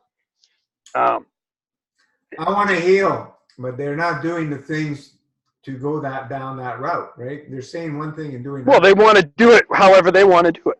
Right. But I want to be 100% healed, but I want to do it this way. I want to eat a veal parm on Friday.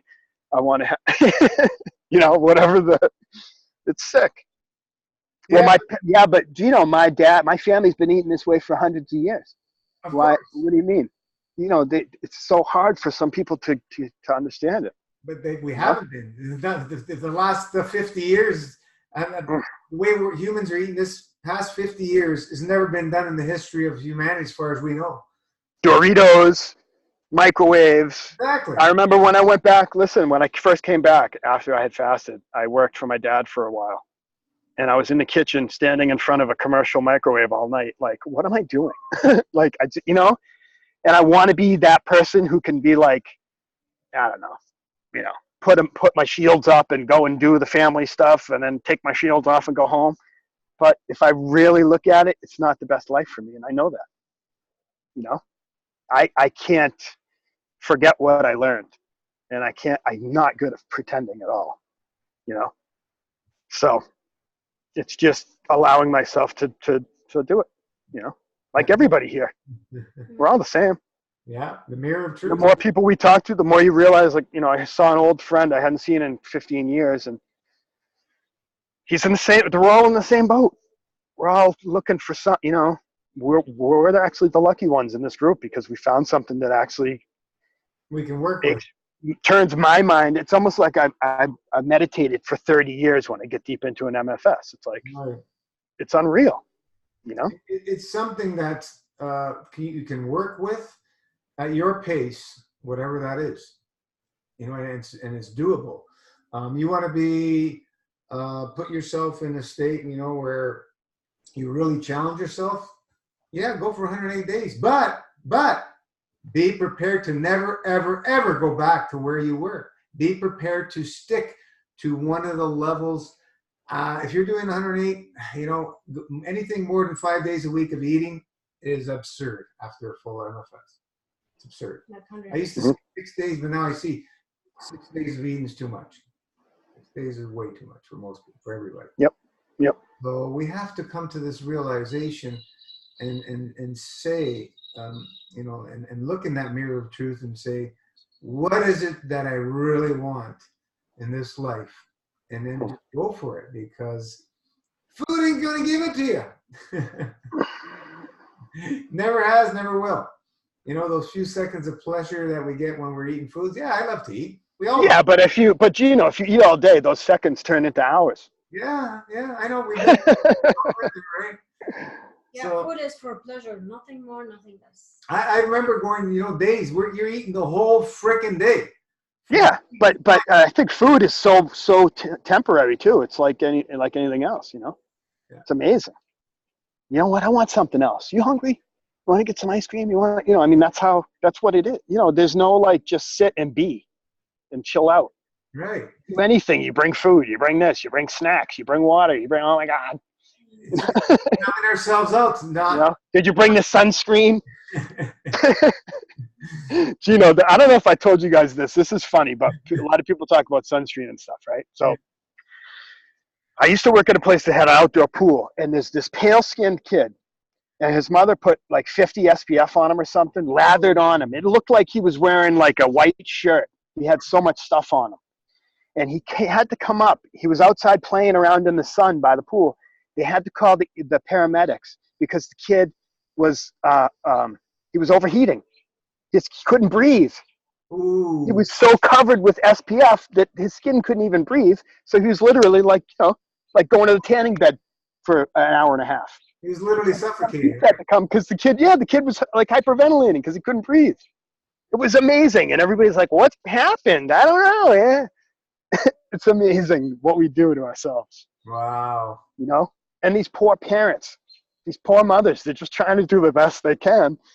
And it's like, sick. Yeah. My goodness. You cover all your skin pores. Yeah, you can kill yourself easily. Yeah. Especially I'm lucky. I'm really lucky. I sweat a lot. That was my saving grace for most of my life, is that I was a heavy sweater, and I cooked. I think that saved me, because I used to sweat and sweat and sweat because I wasn't regular, Mm-hmm. and that was what saved me. Right. Or else I'd really be in a mess, Did you comb your hair, Gino, since we started? Looks different. It was wilder before. I've been here. I can't wait for mine. I want mine to go like Ranjit's. If I could get all my hair to stand up like Ranjit's was that one time, that'd be awesome. And I felt that too. Like when I first did the MFS, when you go to switch a light bulb on, like a light switch, I would get zapped every time. Like before I got to the switch, I would get a zap. And it was like summertime. So it wasn't dry or anything like that. It's amazing how much we can actually generate if we're clear of obstructions. My hair used to be straight. If you look at pictures when I was a kid, it was straight. It went curly basically, when was that? When I started doing a lot more fasting, a lot more raw foods, it changed completely. It went completely curly. Yeah. How do I think diet for me, like generational diets, have so much to do with like skin tone and stuff. Me personally, like I just feel like, the worse your diet, the worse you're able to tolerate the sun. Like I remember, I have an old friend that was he's pretty sick now, but back in the day, if he went out in the sun, he would burn so bad and get sun poisoning.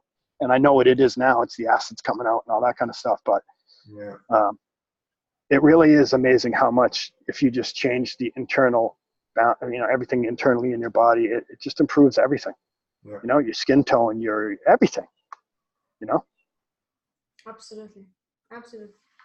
I used to get burnt, when we go to a college for like 3 days and be under the sun for maybe 9 hours a day. Mm-hmm.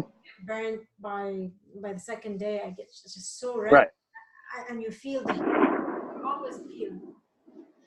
And even with raw food, right? I remember going there. I was doing the raw foods, the fruits and everything, and I still got burnt really bad. But I went one time. That's 3 years ago, I think. 3 years ago, I went, and I was doing master fast. I was just 1 week into it, and I was under the sun the whole day, 3 days. Yep.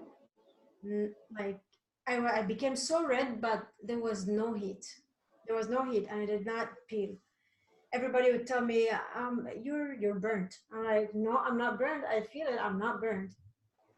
And I But did. even if it is, there, you know, the way that I look at it is like, you're burnt. You're going to get skin cancer. You're going to get this. Yeah, yeah. No, I want the sun. Leave me alone. But I was so confident. I would tell them it's because I'm fasting. I was so confident. I knew it. I Yeah. told them I'm fasting. I'm not. Well, when I first went raw foods, it took me a long time to get a tan. Whereas before I would burn, but it would turn to tan quick. But it took me a really long time just to get that burn. Right. You know, it's amazing. Inflammation. The body's inflamed. The sun, brings out the toxins. It's detoxifying, right? Yeah. Yep. Yep. And Why not cover it up and just let it cook on our skin? That's probably pretty good for us.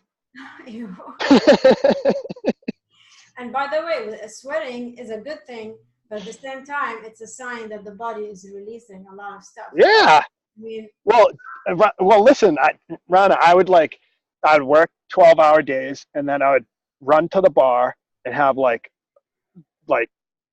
20 drinks, Captain and Cokes, maybe 4, 5, 6 Bud Lights, wow. go to bed and do it all over again. So when I was working, I would sweat out all the booze. You know, I'd smell like a brewery probably. Wow. That's what's the only thing that saved me. Yeah. You know, and plus when you're in that environment too, even if I had to go to the bathroom, I couldn't. You can't just get up and, you know, it's a busy place, so it's, you know what I mean. It's like it's nuts. I actually got a cut. I've never cut myself with a knife in my life, like really bad. And I don't know, probably a year and a half ago or something, I was working at the restaurant and I was cleaning the slicer. And Joe, the slicer guy, had just changed the blade on the slicer. And I don't know what it was. And I just literally just touched it with my knuckle. I don't know if you can see it. I just touched it and it would like split it wide open.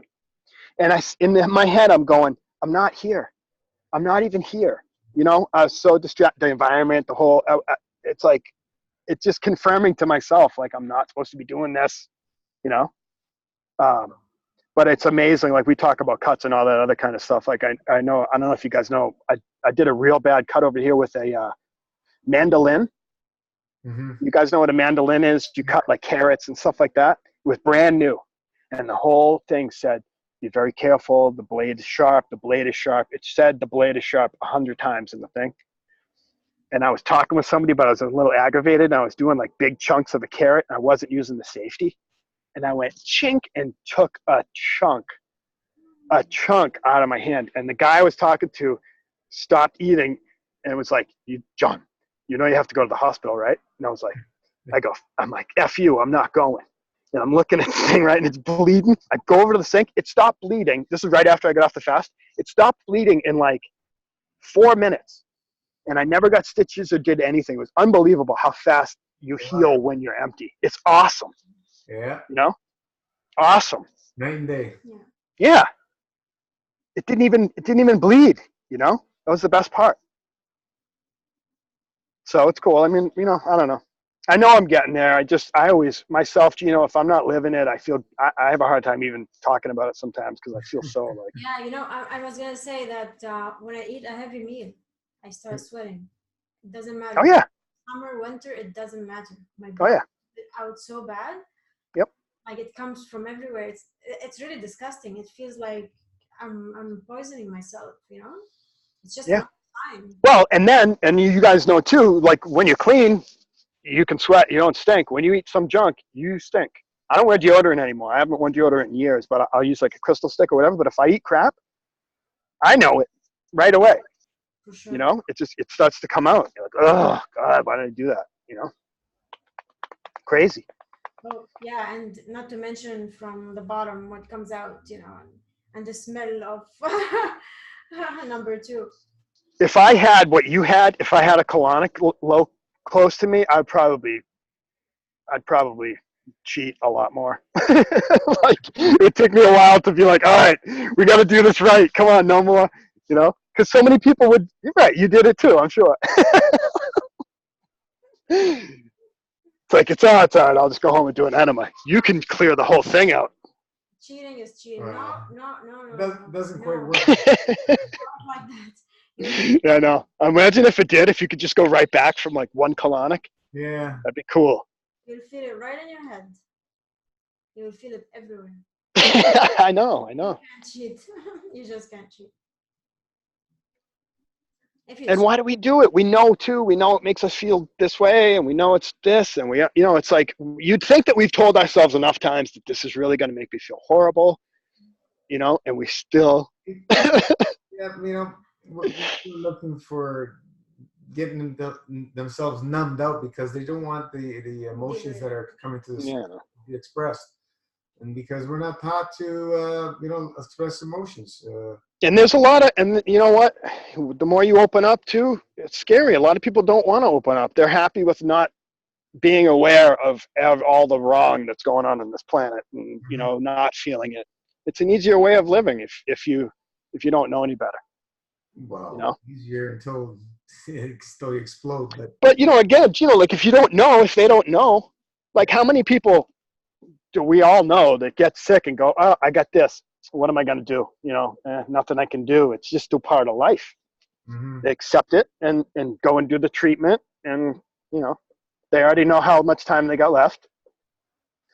It's sad, It is. I have a family friend who just got diagnosed. I think he's 81 or 82. He's Italian, Gino. Awesome guy. The doctor told him he had testicular cancer. And I don't know if he gave him a time or not, but just the doctor telling him that, it changed his vibe so much, and like doctors don't realize how powerful what they say does to us. Mm-hmm. And it even though what he has is treatable, I think his whole vibe is lower than I've ever seen him in his life. He's so down. It sucks, like the guy's 82 years old. Why not tell him he's sick and let him live out the rest of his life happy? That's what I don't understand. Yeah. I don't know. This thing about telling people they got so much to live, that's disgusting, man. Nobody should ever be able to say that to anybody.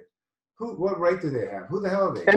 And honestly, Gino, how many people are strong enough with the way that we've been indoctrinated to not take that to heart when they're told? Exactly. Like the nutritionist telling me I'm eating too much sugar and me going, okay, it's strange. Well, you give somebody 6 months to live, with this, they know because they've done this treatment so many times, and that's how long people live average. Yeah, the average. From the treatment. And I love the breast cancer. I love the breast cancer stat where if it's over 5 years, they're a success. So somebody could be 25 years old, live 5 years in a day, die, and they successfully treated the breast cancer that killed this woman. It's sad. But I can't even get into it anymore. I don't want to get into it. I know. Let's leave it alone. They're taking it all. They're taking our colors, Gino. Nothing has orange yet, I don't think. I think you're in the clear with orange. Nobody claimed that one yet. Anybody have any questions, comments, inspiration? I didn't even see who's here.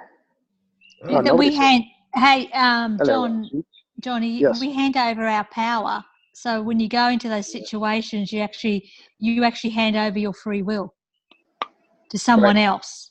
That's Just by asking the question, or no, just by if you go to a doctor or even teachers and all those people that have so-called power in our society, like police knowledge. officers. Yeah, knowledge. Yeah, police officers, a whole lot of them. So when they say something, it's already indoctrinated that you hand over your power to them. Right. And if you're not aware of that, then it's a tricky one because because you're programmed that way.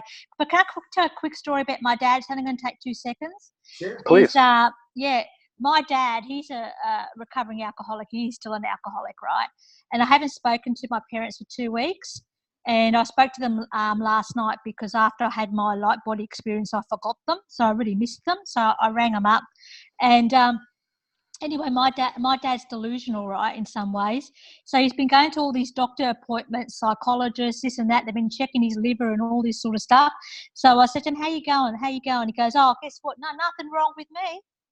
He goes, and there is, because his liver's gone, right? Everything's gone. And he goes, I no, love that. I got the all clear and I've still got my license. They want me to go get some, brain scan. I told them to get stuffed. And I said, oh, okay, that's really good. That's really, really good. So it all comes down to what you allow to let in. And he should be gone. He's been drinking ever since he was 10 years old. Yeah, I know. And it's amazing. Right. And he's 76. You go, nothing wrong with me. And I go, yep, you believe that. Yeah. You're going to be around for another 10 or 15 years. You keep going. That's it from me, because otherwise I keep talking. You can keep talking. We don't mind. But it's not fair on the others. Like, I want to know how Steve's going. I want to know how David's going. What level he's doing. And there's heaps of people here. This is the biggest crowd you've got. You're drawing a crowd, Johnny. Been for It's you, Ranjit. Wow, yeah. It must have been that profile. Oh, so that picture. Did you see that picture I put up I gave to you, Rana? Yeah. Shaved head. That was when I was basically like I was like aggravated with everybody because I was driving them away, and I started shaving my head. I was like, you know what? I don't care anymore. I want to scare people away from me. So I started literally shaving my head, but with a Bic. Oh. And I was like just so angry at everything. And then of course I had a nice crash after that. But it's amazing how different we can be if we clean all the junk out of us. Really. Oh yeah. That's Johnny. Yes. Yes, Hans Peter. How are you? I'm good, brother. How are you? Yeah, good. Look, I just like, I'm in awe because you see with the story you tell and, following you, just as you say, you fall off and you get back and you keep digging at it, and that's very much the spirit that we got to uphold, that we just, it's never too late. There's never a point that you can't return. You just got to keep going at it. Keep chiseling away on it and just keep, and that's what I'm saying, like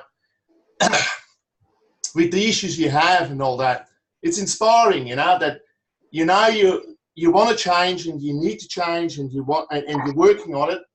And it's as I said, and just a struggle, you know what I mean? When you see somebody struggling, but he's at it and he goes at it and keeps at it.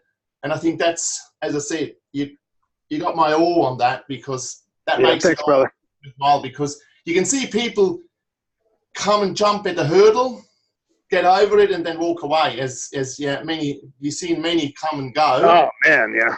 And then you see that it's a devotion that you got to have, and that's I like that. I like that. Well, and with all of us too, I'm not, like I've been saying, I'm not a taker. I want to give. So I'm not here to take from the group. I'm here to add to it. And a lot of people don't have that mentality, unfortunately, in this world. Exactly. I guess I'm fortunate because I haven't been really taken advantage of too many times and stuff. So that like the thievery of things doesn't really come into it. And unfortunately, there's a lot of people with different experiences, and they have to take and hoard and control.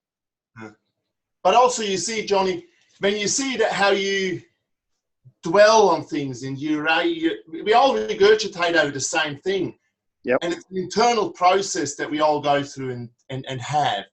And the growing through that and then coming out a little bit further ahead, that I think, yep. And you see this when people do that and maintain that, where just people, as you said, they come and take and then they walk, they walk in another direction. So yep. I've been done that and that's it. But as I said, the daily struggle, the daily day-to-day thing is what at the end. That's where you got to confront yourself, and that's where I think, as I said, people, what kind of truth do they live in its way? Because we're all a natural being, and that's what you got to confront yourself, and that's what I'm saying is I'm in awe that the way you dig away, like the way you keep going and keep going at it, and knowing shouldn't have done that, I shouldn't have done this, but what the heck, let's go, keep going, and right. And to be honest with you too, this is the first time, for some reason, this is one of the first things I've really stuck with, looking at my history and stuff, because And us who have experienced longer ones, we know it's the truth. We know that we can feel unbelievable if we just allow it. So it's pretty cool, you know? Yeah. See, it's that calling that, as you say, I'm not exactly, I know I've got talent and all this and all that, but I haven't found anything, you see. And sometimes it's in plain sight, you see. Right. Sometimes we look too far instead of just taking what is right in front of us and run with that, because so many times, do your small thing 100% right, and then you'll leads to other, it leads. Yeah. That's really, and I mean, you know that, and it's just a matter of sometimes we just, we're not aware of it, but it's actually right in front of us, and that's really another thing, that everybody has to deal with, and it's same you and But me. I appreciate Hans. I appreciate this because it's sometimes it's easier for other people to see that little thing that you could tweak, or and it helps. That's why this group is awesome. Yeah. Can I ride your motorcycle, Hans? What was that? Can I ride your motorcycle? Yeah, well, yeah. You better say no. I haven't got one anymore. My daughter bought a scooter, and I've had motorcycles whole upbringing, and she had bought herself a scooter, and so I said, oh, well, I got to buy a helmet because I'm sure at one stage I have to pick it up somewhere or whatever it is, and that's why that helmet is at the back there. Yeah. But maybe I should pick one up, and when I fast, I'll just throw it on and walk around, and nobody will bother me. You might should put it on while you're fasting, and you can bash your head against the wall, like. Yeah, you may pass out, save you. Yeah, right? Wake up, another day. I made it another day. That's exactly right. Yeah. But good to talk to you, Johnny, anyway. Yeah, you too. We'll connect more. Okay. Thanks, mate. I just want to ask Latrice if she's there, because we missed the last couple of weeks. See how she's going, because she was on full MFS. I'm not sure if you can talk or not, Latrice.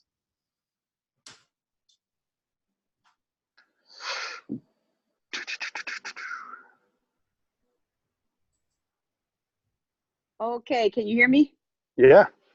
I was like, where's this unmute button?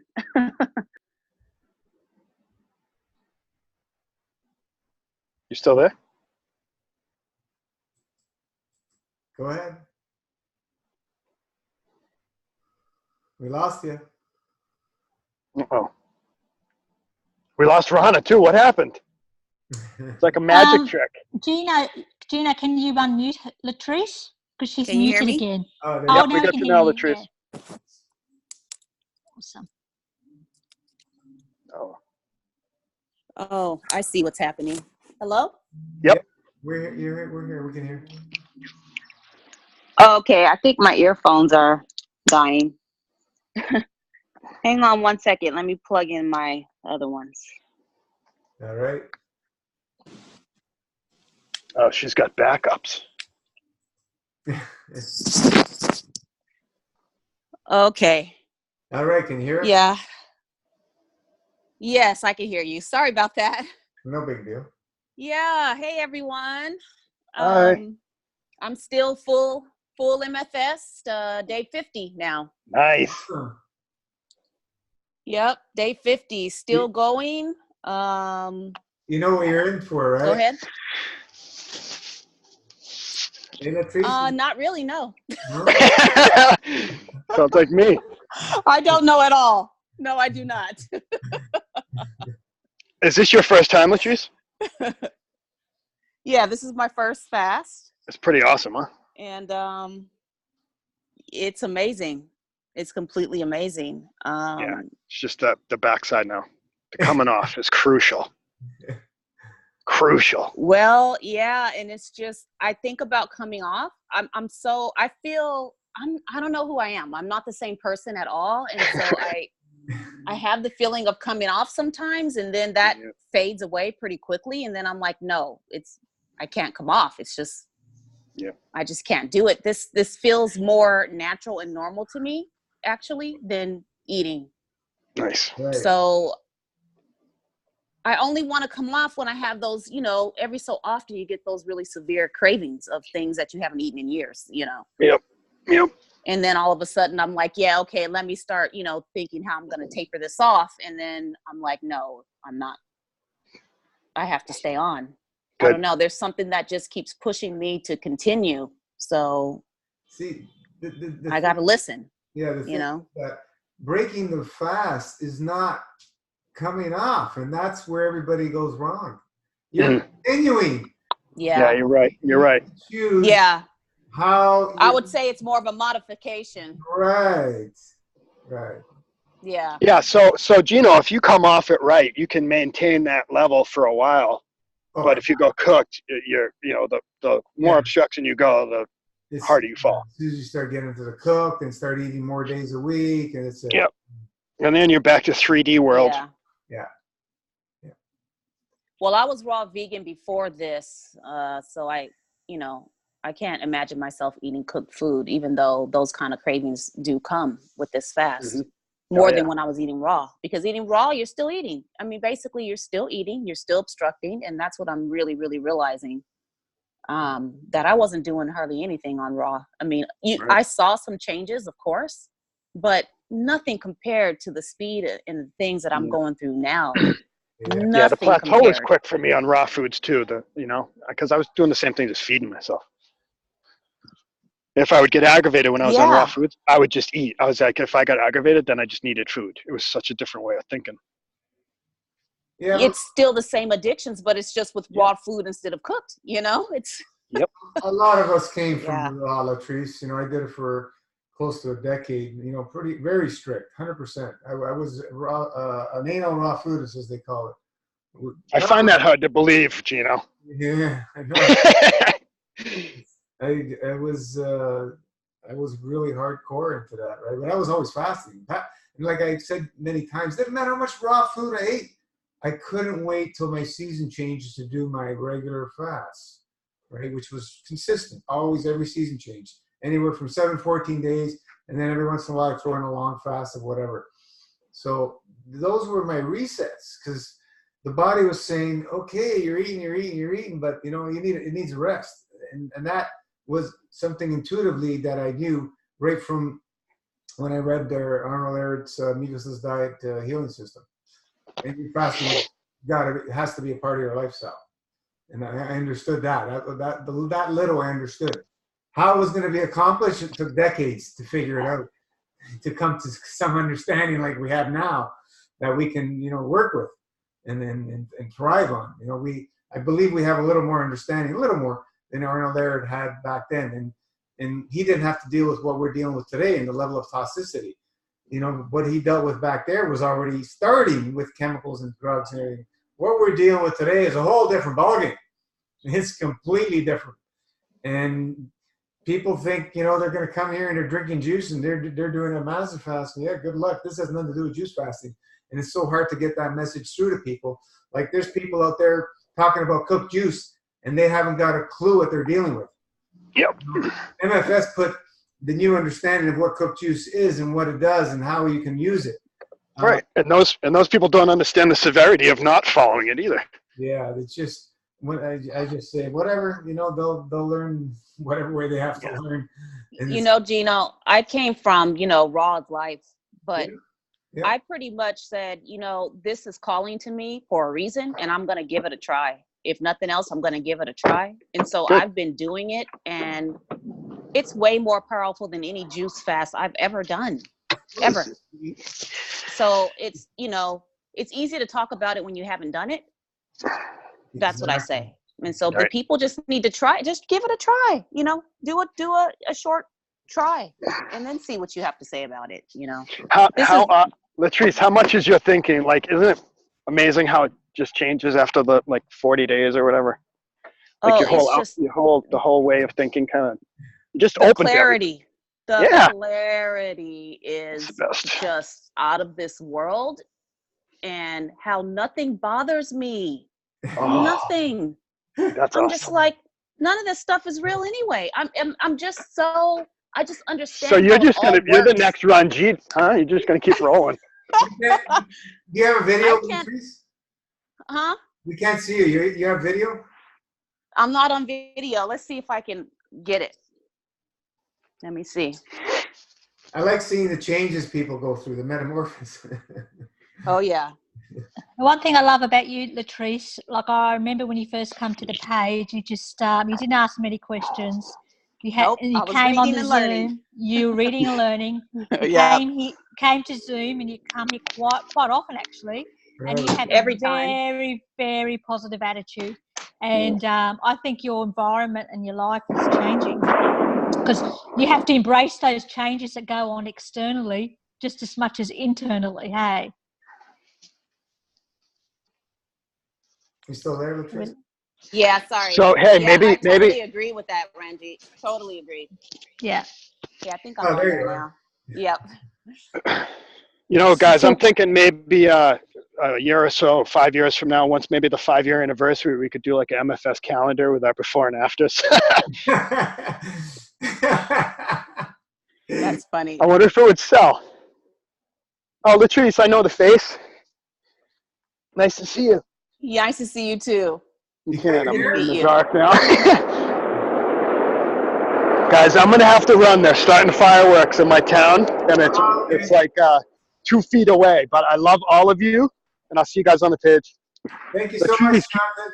keep killing it. Gino, I love you, Thank buddy. you. Love you. I'll talk to you Thanks. guys soon. Bye. Love you. Bye. Yeah. Awesome. You know, I also have to say that I've always loved nature, right? Ever since I started this spiritual journey. Am I there? Yep. Okay, there we go. And but I have to say, since being on the MFS, it's like I have this love affair with nature. You know, I just have to be outside at least a little bit each day. Like I have to come out.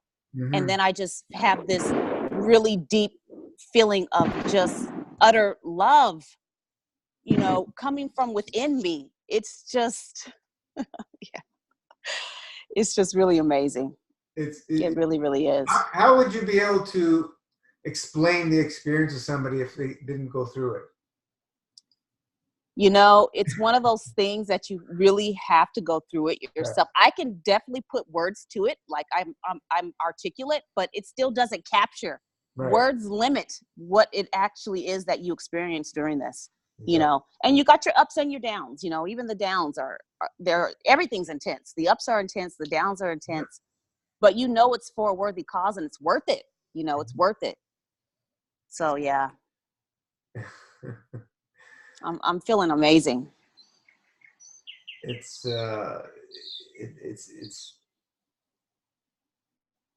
I wish everybody can, you know, experience it and then they can really see what's going on, because Yeah. no matter how much we articulate it, how many different stories, it just doesn't give it justice. No, it really doesn't.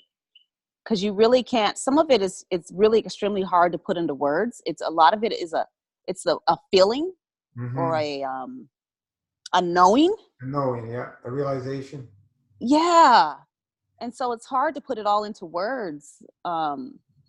Yeah, that's why I find myself not really posting. I can't even. I'm writing all the time, but I can't write. I'm just kind of I just am. You know. Yeah.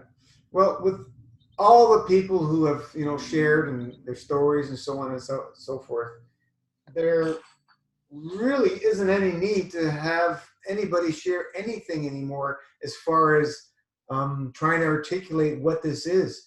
The only thing we need really is the support in the emotional ride, the roller coaster ride that we have, and trying to live in a society that revolves around consumption.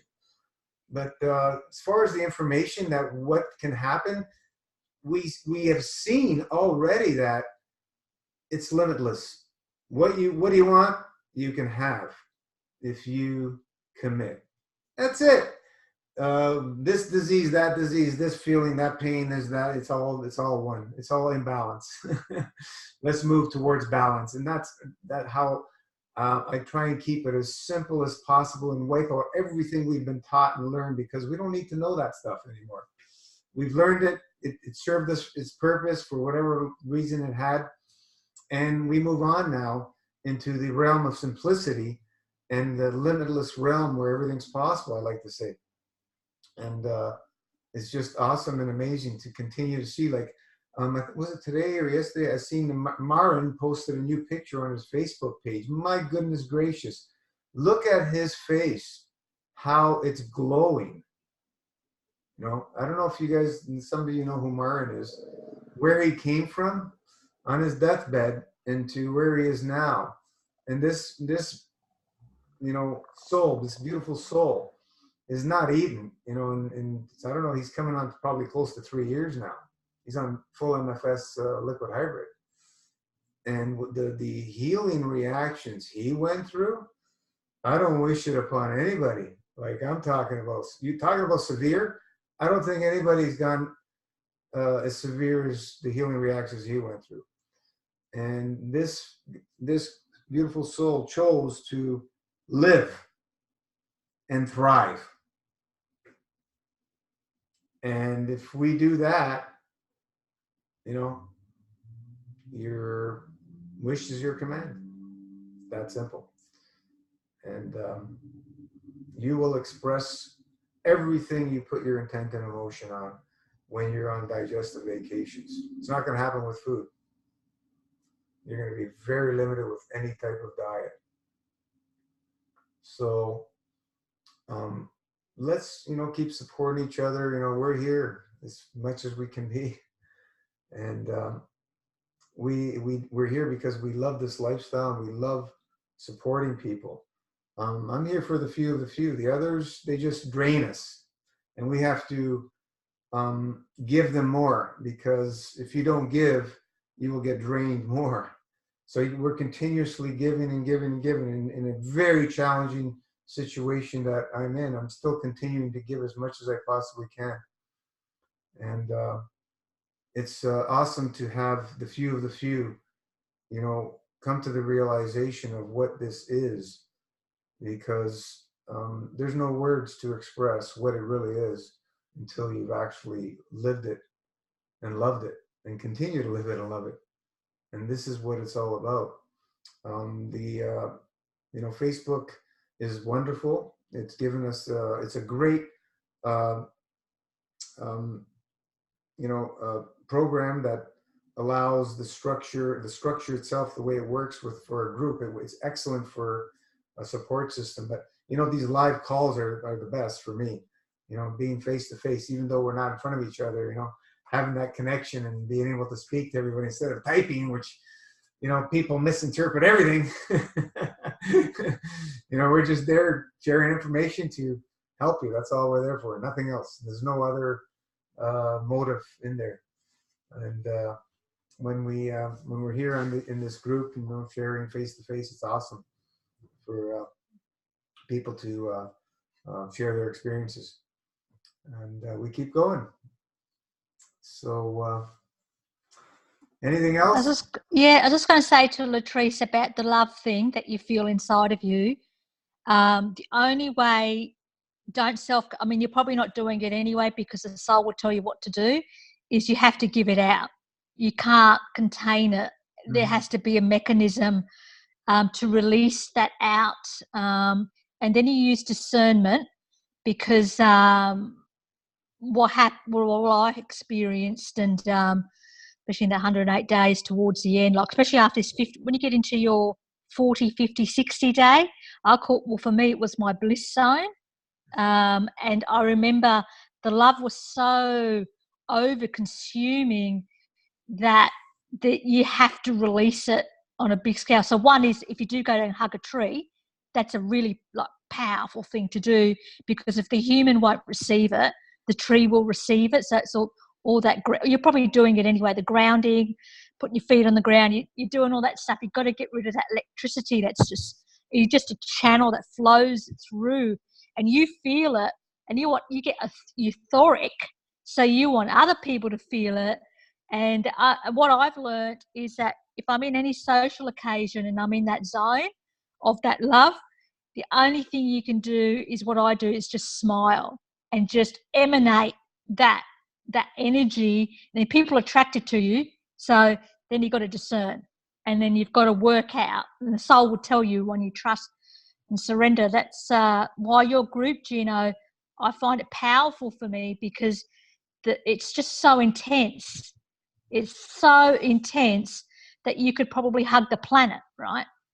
So you've got to give it. You've got to give it and create it, even through art or whatever it is, music, whatever. Just you've got to flow it out, because it's not yours. We're just the vessel, hey. Yeah. But I think Latrice knows that. But yeah, and it's even more powerful now, like, than ever. So it gets even deeper. Like, how deep can you go? Like, I just go, how far can this go? Really, like, you know. There's no limit. There's no limit. It's completely limitless. Like, completely. Like, you go, whoa, man.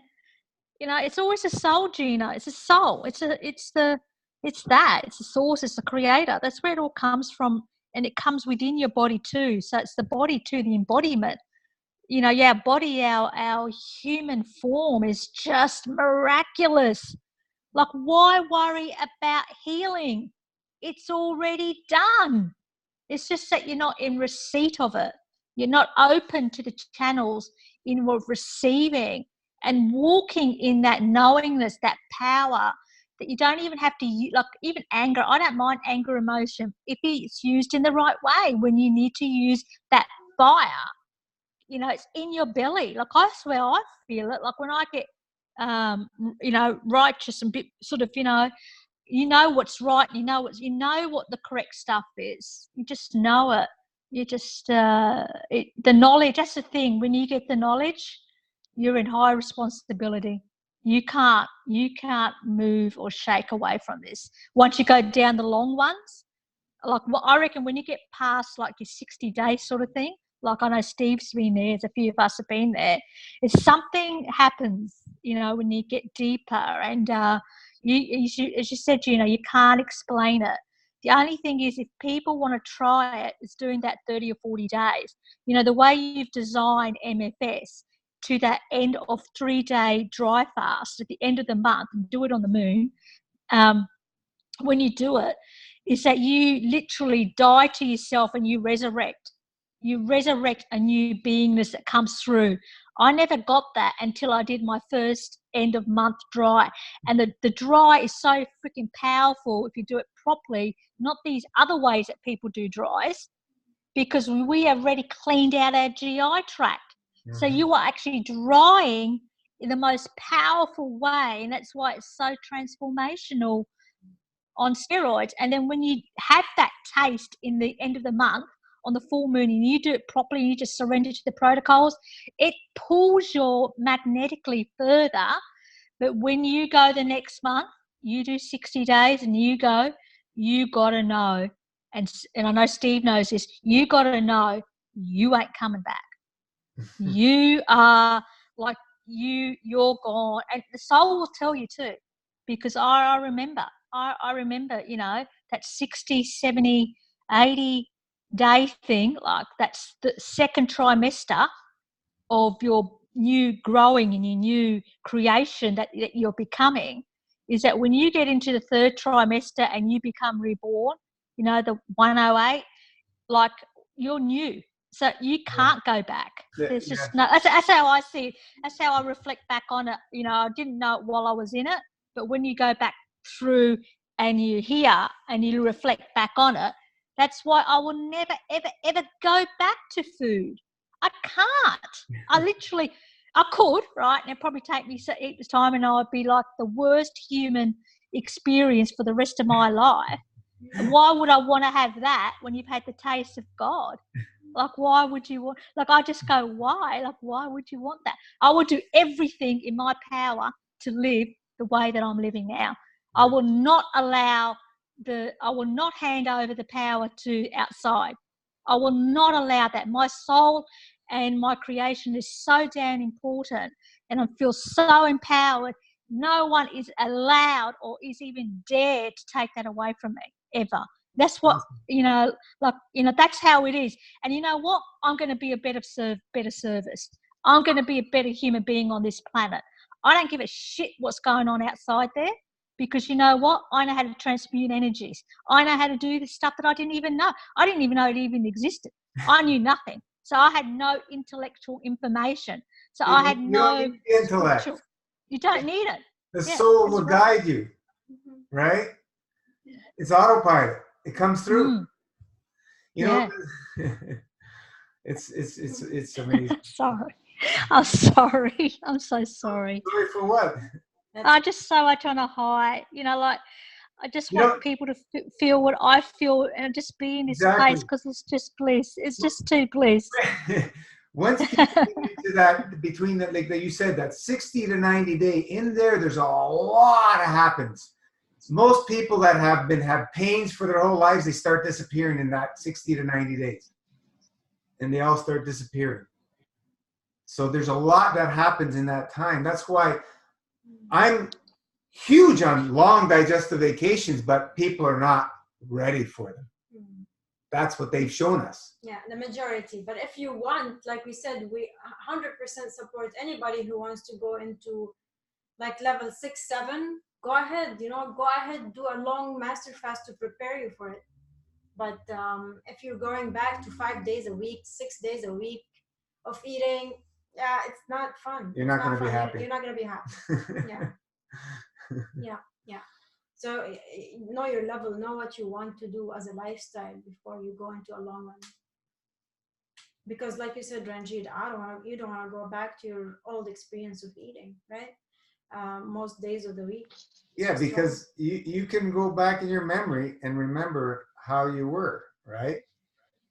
And you know, like I can still remember, my growing up the years and what I ate and how much I ate and the drinking years, the drug years. Like I can remember all that. Or even between the fasts, Yeah, why would I ever want to go back to that? No, this is just not possible. You know what I really love living in the now, Gino? It's all about the now, right? As we know, when you drop the mind and you're in the now.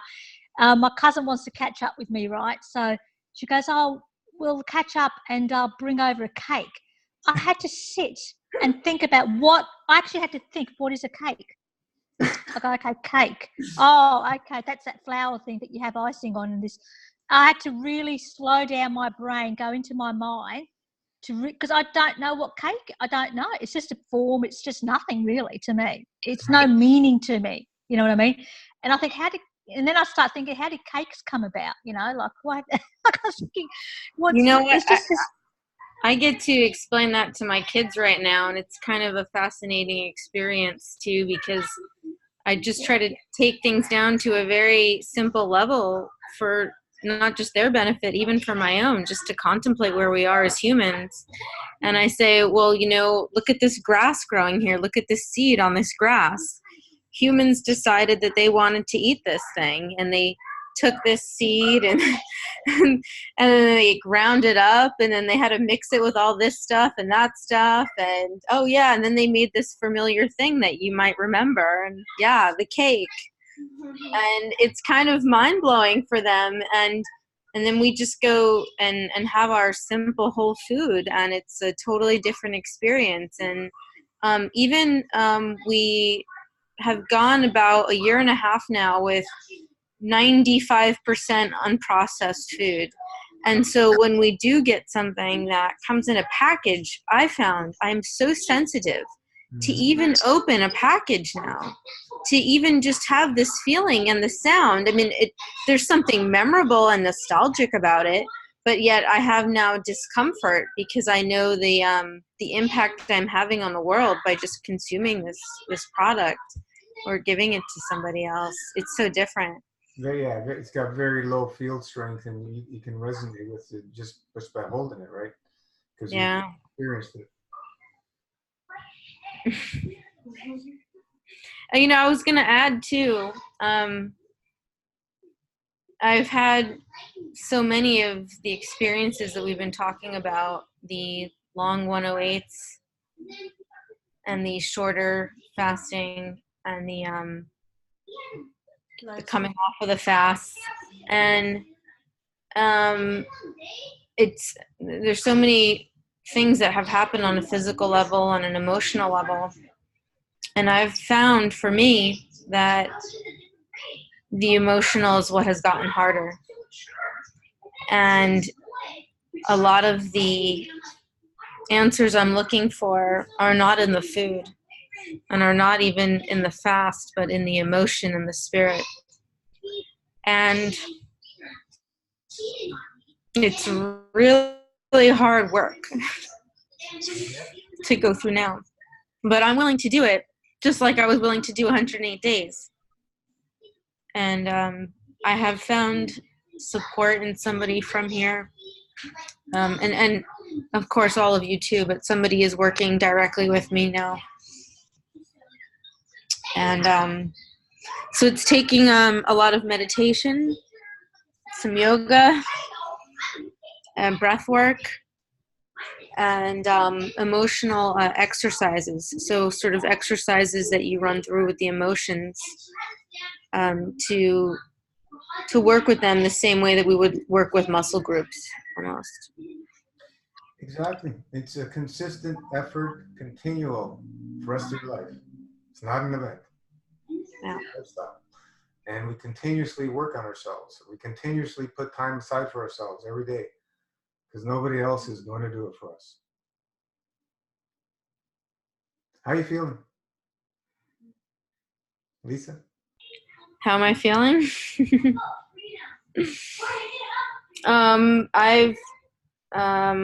I'd broken my fast about a week ago, and I'm going through all the different cycles that we've all spoken about, the emotion, things we've just talked about. You eat, you feel this, you eat more, you feel that. And I'm a work in progress, and I'm trying to incorporate some of these new things that I've learned into my life. And there's certain life circumstances that make things just what they are, and that is that I live in a small space with a lot of people, and I take care of a bunch of little people, and I don't have any help. And but I am a calmer person today than I was yesterday and the day before that, and I haven't been consumed with rage or anger the way I used to be.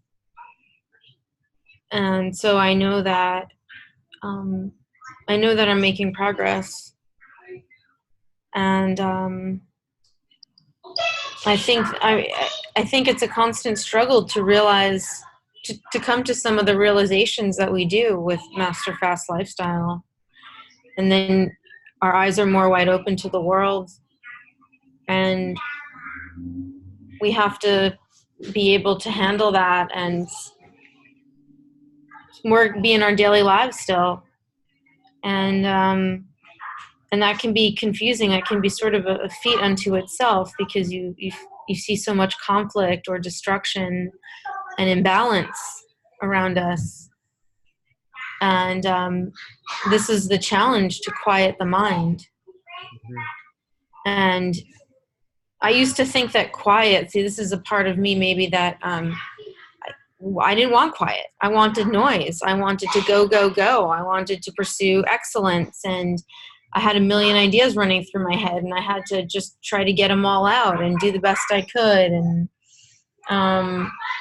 be in the rat race for part of my life. And but that burns you out, and we have to really look at quieting the mind to be able to deal with the amount of information that we're taking in, and the new realities that we're seeing as we're learning and fasting and eating. So I feel like I'm headed to some good new places I've never been. And I'm really grateful. And it's not easy, but yeah, happy to be here on this road. Awesome.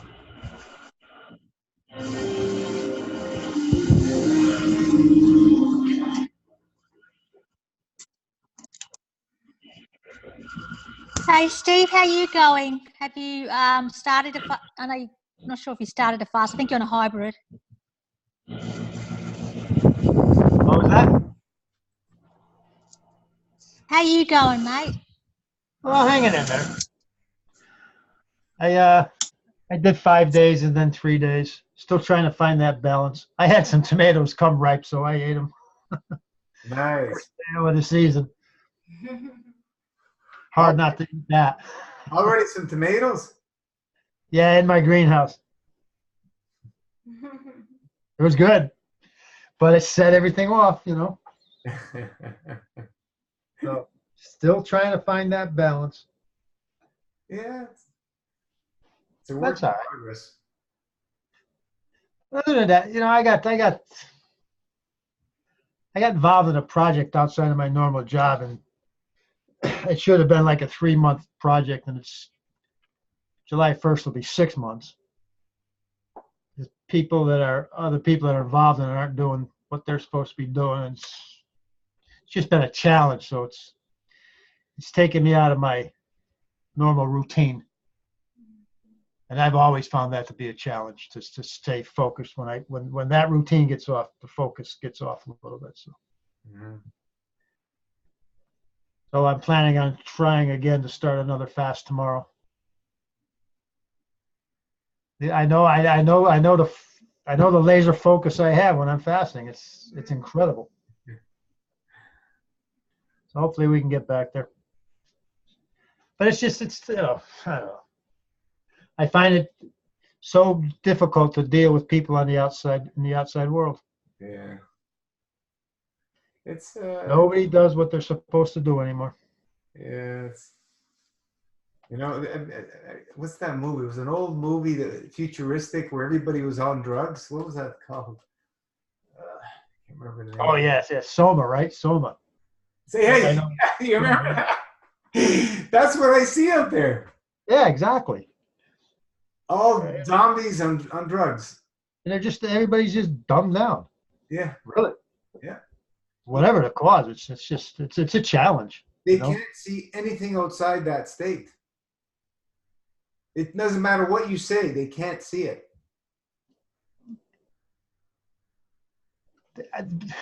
You know, and I realized today, the only control I have is I can choose to fast. Right. And I don't have to worry about what they do. So that's what I'm going to choose to do. And and hopefully, you know, depending on what the kidneys give me, I still got that whole Hep C thing to get out. And that's, yeah, no big deal. One day. yeah, it'll go when it goes. I'll get as far as I can get. But that was the last one, that 18-day one. That was, you know, by the 18th day, I knew exactly what was going on. Yeah. So. You start to be really in tune with what's happening with the body as you're going. Oh, incredible. Yeah. Incredible. How many days are you fasting or planning to fast? Yeah, I'm going to start tomorrow. How many days per week are you planning? Or Oh, no, I'm going to try to do a longer. I'm Full shooting one. for 21 days or something, 40 days. Nice. You know, I tried doing 3 days eating, and it's just too much. It's too much. When I did the 5-day, I felt great. But you know what? Within 2 days after I started eating, I'm out of control again. Then 2 days is too much. I think 6, 7 is probably 6 is a better level. Yeah, yeah. What I meant is 5, 6. Or Yeah. 5, 6. maybe Everybody will 6, have. 7. Everybody will tune into a different number. Yeah. Yeah. I mean, for me, yeah. You will know. Yeah. What's in here? David, eating 4 days, fasting 3, loving it. Excellent. Keep going. Simeon, I haven't started yet. I'm addicted to the thought that MFS will fix me. Yeah, that's what is a challenge. You know, people want to get fixed, and that there's no such thing. It's a process, a lifestyle, and wherever you want to go, you can take it. That's the whole thing. You know, there's nothing to fix. You know, the lifestyle. The soul is perfect. It's a lifestyle, right? It's not a pill. It's not an event. It's a lifestyle, and yes, you can transform with the lifestyle for sure. You know, once you click into that autopilot from the soul, there's nothing to fix. That's why things happen that people can't understand, how miraculous things are happening with people's bodies and so on and so forth, because it's done in autopilot. And that's the I don't know how much more simple we can put it. Words can't express. You just have to experience it and be dedicated and devoted and be consistent and persistent and never look back. And be gentle with yourself. Yeah, go at the pace that you're going to be able to handle. Do 108 days. Like I said, everybody should do 108 days, but are you ready for 108 days? Most people are not. More than 90% of people are not ready for 108 days. That did 108 days. Maybe in the future we can do it, but we don't have to do it now. You'll never be the same. You'll never be able to go back to where you were when you do a long MFS. You know, anything when you start getting over 40 days, it's powerful, very powerful. So, you know, to start off, you know, do like 4 to 6 weeks, which is up to 40 days, 42 days there, and then choose a level to stay on, and until your next one, and continue, and you know, stay with one of the levels that you're going to be able to find a happy balance. As we've discussed earlier, if you start getting into 5 days a week eating, and you're going crazy thinking about nothing but food, you've gone too far. So cut back to maybe 4 days a week or whatever. David's found this balance here now. He's happy with 4 days fasting and 3 days eating. You know, so you know, at the end of the year, think of how many days you're eating and how many days you're fasting. How much money you're saving on food. Never mind the food. How about your health? Steve, are you eating your own food still, like your? Oh yeah, no, I'm everything I'm eating, I'm growing. Awesome. Yeah, yeah. So you're keeping it very clean, no oils, no Yeah. salt. How are you doing with that? Yeah. Yeah, well, sometimes. That's okay. I get beyond 3 days, and I want that crap. Yeah, heavier. Yeah. You know, I want that crap. Yeah. I've given into it a few times. Yeah. Yeah. Yeah. It's powerful. Good for you that you're at least eating your own food. That pull is so powerful, you know. Yeah, actually, I'm starting to. Just today, I cleaned out a couple of beds to start the fall planting already. Oh, really? The spring stuff's gone. Wow. Wow. Nice. Yeah, it goes quick. A lot of, you know, I grew a lot of stuff. Yeah.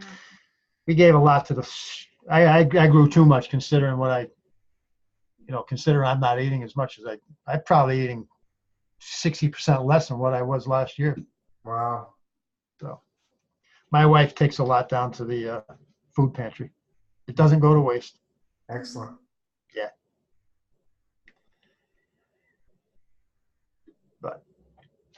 But that tomato got me. I'm sorry. Hey, man, there's nothing like a homegrown tomato. No. Nothing. No. It's awesome. Just the flavor, the smell, and the aromas, man. It's just. What kind of tomatoes? Little cherries. Nice. So they call them tumbling toms. They're a little pot. They come out. Yellow ones and red ones. They were good. They're good. Yeah. Especially with all the, I don't know about in Toronto, but we've just been inundated with rain. Oh, we've got lots too. Oh God, it's no sun for the whole week. Lake Ontario's record height. Yeah. Floods everywhere in the islands and stuff. Oh. Yeah. So with that and the stupid project, everything is I'm just off center, just a little hair, you know. That's like the fast will bring me right back in. Yeah, yeah. It's normal. Gives you clarity. Yep. It doesn't take much, just that little bit. But I still feel freaking amazing, I'll tell you. No question. Yeah, we're all gonna fall off here and there. No big deal. It's just No, I'm not. It's part of the process. yeah. You know, in my other support group, I learned to trust the process a long time ago. I believe in the process, whatever it happens to be. Awesome. My path is my path, just as your path was yours. We'll end up in the same place. Mm-hmm. That's all that matters. Hey, Jean, I got a question for you. This might help some other people more so. Is I don't understand how you can mix MFS realm with other situations, right? You know, I just don't get how, you know, maybe if you're doing like someone's doing raw food, I mean, it depends on what level on MFS you are, but just say if you're doing a full MFS, I don't know how the mind, like, because my mind's so different, it's changed, right? Yeah. So when you want to try and help people, like I'm just very black and white. Like I just go do a 40-day, okay, get your 3-day dry in, have that experience, because you've got to have the experience. But I don't know how people can mix other diets and with the realm of MFS, because it's a realm, right? So it's an energy field to me. It's a living form that you enter into. Mm-hmm. And this is a struggle when you're in and out doing this and trying other diets and you're in other groups or you're doing whatever. It just doesn't work, I don't feel.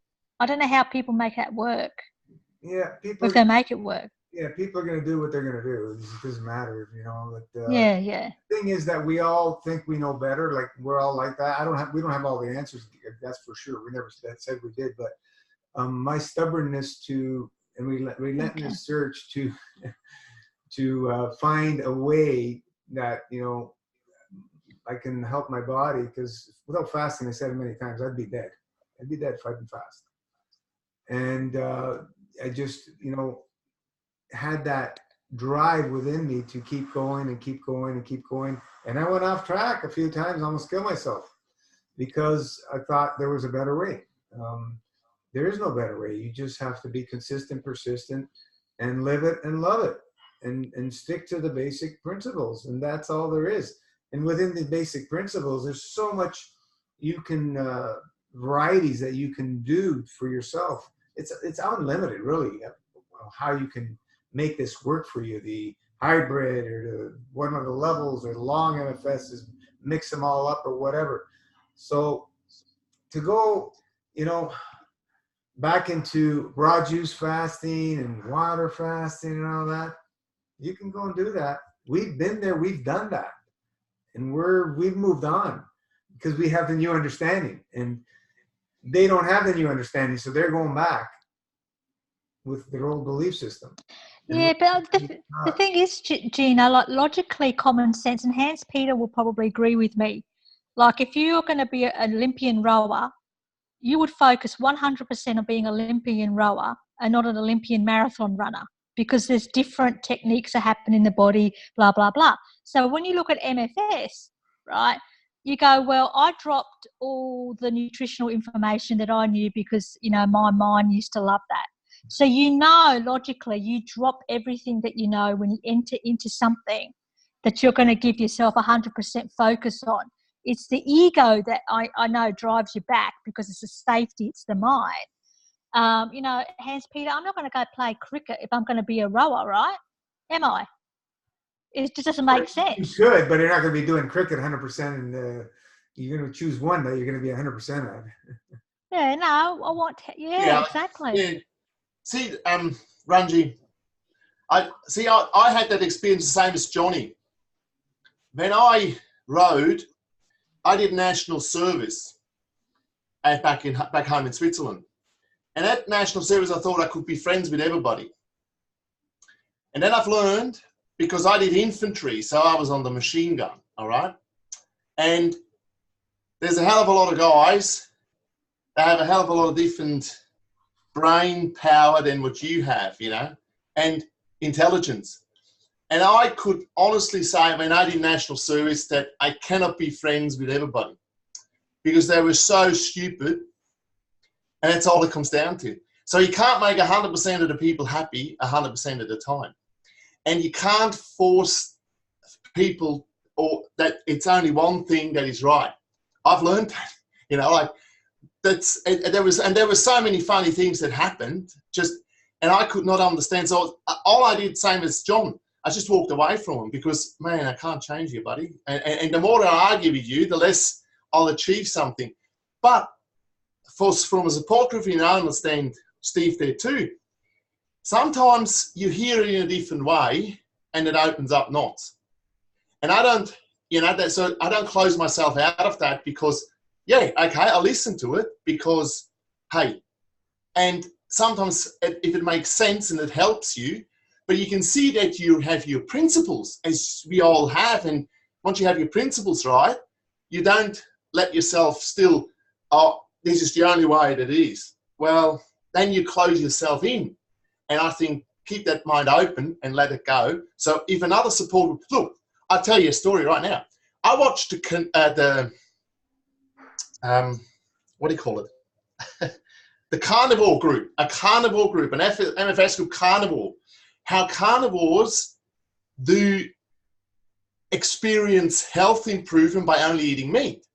You see? And to me, it's just an interesting factor. I listen to it and you think, and that's all it is. So be open to it. And if something is a support from somewhere else, hey, so it be.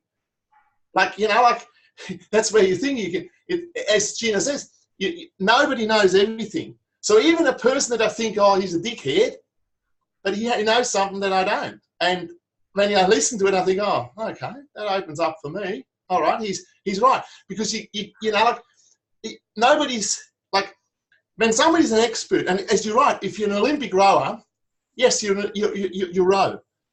You're not a marathon runner. But at the end, you can learn something off the marathon runner. Yeah, and that's what I've exchanged when I did other sports, or you went to camps and you met this, you met that. So that's when you open and say, oh, I'll listen to this and listen. And I'm not saying that you got to row, rowing is the only thing that you can do, and so on and so on. That sort of closes yourself in, yeah? So you have that openness to say, yeah, I'll listen to it, but as I said, you don't have to do it, So that's then a choice that you have, and that's where, I understand you, because, see, I was the same when I rowed. Oh, this was the only thing, nothing would stop me. And somebody rings and tells me, no, mate, you got this all wrong. I know, you don't. And all I know is right. But as I said, later on, open up. And I like that dedication. That's what I said to Johnny. I like that when you're dedicated, you're focused, you're narrow, and you're going, that gets you somewhere. But once you're there, the journey you've gone through then allows you then to open up and say, okay, I'll listen to you now too, because I know now. See, Ranji, you know deep, and you know everything. And you're so in and eager saying to spread it to everybody, but not everybody wants to listen either. Like, Oh, no. I don't want to spread it to everybody, because I'm very much probably a little bit like you in that way. I actually don't tell people that I'm fasting. So I do the actual opposite. I attract the questions in order for people they feel my fields, right? But I think I was trying to help other people more so than even helping me, really. It's more about when you see the confusion in the mind, like, people, I get messages, oh, Randy, how come you were so successful, blah, blah, blah. So what I'm saying is, like, 100% focus. I said, my intent, like, just if you're rowing, the intention is to win the gold medal. So the intention for me is to be living in the soul and having a human experience. However that happens, right, it doesn't matter. But the pathway and the roadmap that made me allow this for me to personally happen, right, was being in the realm of MFS. So I would not listen. I would always listen. But yeah, you are right about being narrow focused, channeled in, and being 100% committed. And you are right, when you get through to certain levels and have your breakthroughs and you want to explore other things, but the intention is always, for me, source, God, the creator, nothing else. So yeah, no, I hear you, mate. Yeah, I'm right behind you. As I said, it's your principles that you establish, that you live, your morals that you have, and all that, and you don't sway from that. And you can't see that people can't live that way. But as I said, yes, You gotta let it go. I mean, yeah, I could not believe what these people do. You know, like they're holding 600 people back from going home on a Saturday morning when you get released out of national service because they've got white socks on and you can only have black socks to go on release. You know what I mean? And it does your head in. Anyway, that's life. That's the fun of it. You know what I mean? Like that you have that. Simple as that. But no, all good, Ramji, all good. But this is the MFS came from all what everybody else is seeking out there. You know what I mean? All the different. That's where it came. It didn't just come out of thin air. It was always because of that open-mindedness to search what is, how can we improve, and so on and so forth. The revelation at the time MFS was downloaded, I knew without doubt that there was something special about this information. I just knew. It was one of those revelations that, man, oh man, it's right there all the time. Why didn't I see it? Right? and that's how it kind of happened. It wasn't that keeping that closed-minded kind of thing, but people are going to come to MFS from whatever, and they're going to, without trying all the different things, and they're going to say, what is this thing? And then they're going to start going and dabbling in all the other things. Meanwhile, they were at something that 3 decades in the making, and they don't give it any value. They have no understanding of what it took to come to this. That's the difference. So that's what we see, that people are, you got to remember, people are looking for that instant gratification thing first and foremost. And they're not going to devote, they're not going to commit for the rest of their life. 99% are in that category.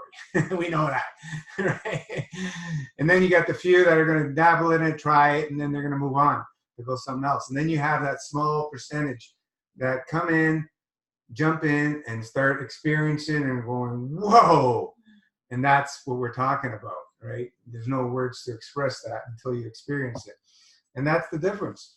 So it doesn't really matter what other people want to do. We're here for the few of the few, and people who are, committed, understand what we're doing, because it really is limitless of where we can go. Like,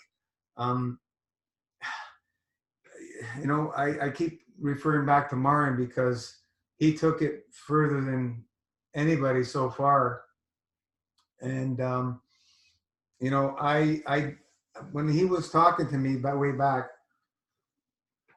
he was complaining about how skinny he was and everything. And I said, that should be the last thing you don't have to worry about. Just keep going.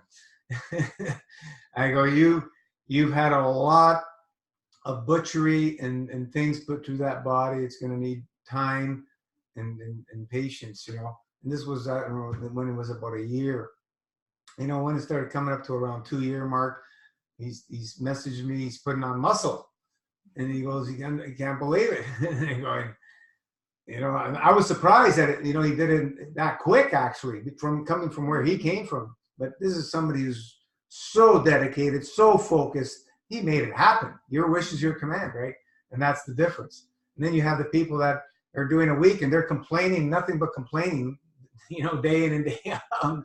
So what's the difference? The difference is the intent and emotion and where they want to go. But the tools that we have are available, and you can focus on it. Oh yeah, I'm 2 weeks into Mass Fast. My body told me I had to quit. No, that's your monkey mind. Nothing to do with your big body. Your body's too plugged up. It ain't talking to you. I'm sorry. So how do you tell somebody you're full of shit? But in reality, that's what it is in all levels. We're all full of shit until we start purging all that shit, and then we start seeing the light. So it's a lot of patience, in trying to deliver this message, and it was just too powerful, too all at once for many people. It's I can see that now, and it's okay. It is what it is. A lot of people have jumped in, did a long fast, disappeared, and then they come back because they understand there's something there from their experience, and they have to go back to that. right? They can't, you can never let it go. And that could happen to other people too, maybe 2, 3, 4 years down the line and realize, man, I got to go back and jump on again, because you're not going to get in a diet. It's not going to happen. I don't care what diet it is. If you stick through fruitarianism, that'll be your best bet. But most people are not going to do that because, number one, not everybody lives in a tropical paradise with, fresh ripe fruit available all year round. So most of the population around the world don't live in that, and that's a big challenge. Growing your own food is great. What like Steve's doing, awesome. Grow yourself greens and stuff as much as you can, sprouts, whatever. You can do that. I did that for many years. There's many things you can do, and as we move on, we're going to get more and more downloads from all of you to expand further and further and come to more realizations of what the possibilities, because all I see is limitless possibilities out there. It's just beautiful and amazing to watch the transformations. John, what he was sharing today, yeah, man, he understands, okay, you fall off, keep going. Keep going. What are you going to blame? Look in the mirror of truth. There's nobody to blame. There's nobody to blame. And that's the beauty. That's the beauty. Just on that, Gino, you see, like I said last week, for me, it's your personal challenge that you got to live day by day. Right. But that's what I'm saying with the society, the program, and what everybody needs to be focusing also on, how do I live in my surrounding a lifestyle of less is more. And as I said, you got to think local. As we think of source, the source is always there. Nature is always there, but you got to produce it on a local level, and you got to connect locally, stay local, live off the soil local. If that can be achieved, can't be done in cities in a way that it is beneficial for a neighborhood, but that's really where,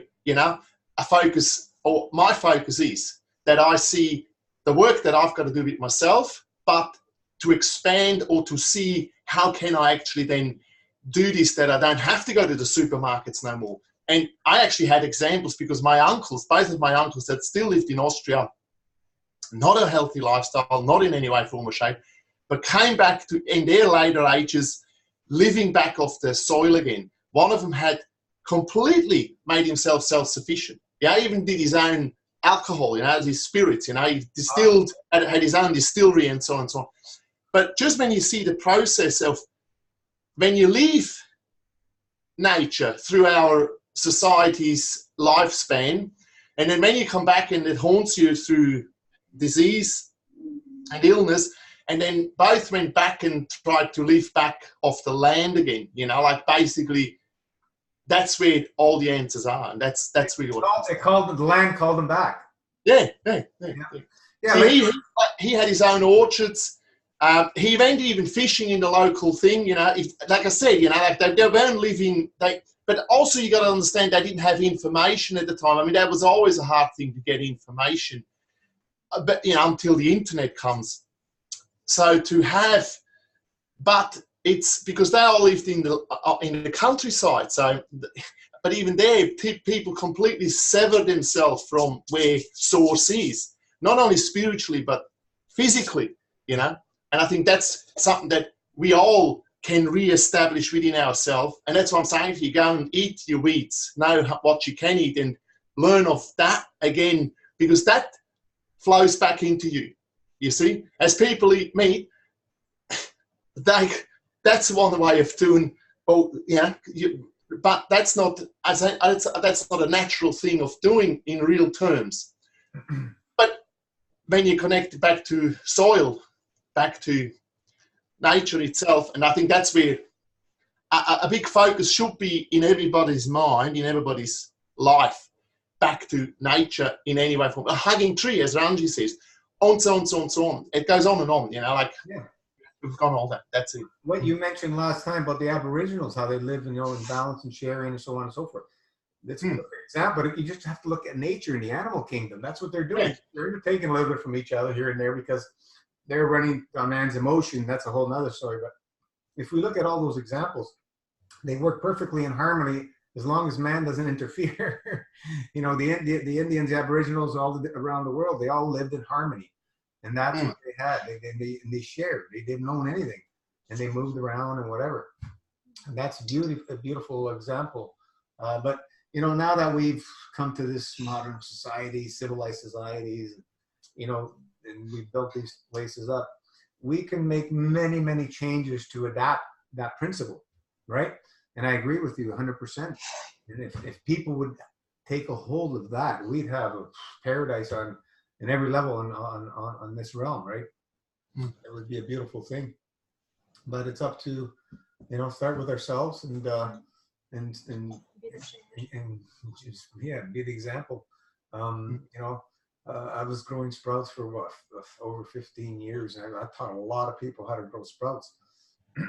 People coming through my house all the time for that time, and you know, we've seen a lot of, you know, people start getting into that and have transformations, just growing their own food, right? Simple things, not making anything complicated. I just said my main part of my diet was food that I grew and fruit that I can grow and I would purchase and stuff. That was my main diet, you know, in the summer garden, whatever.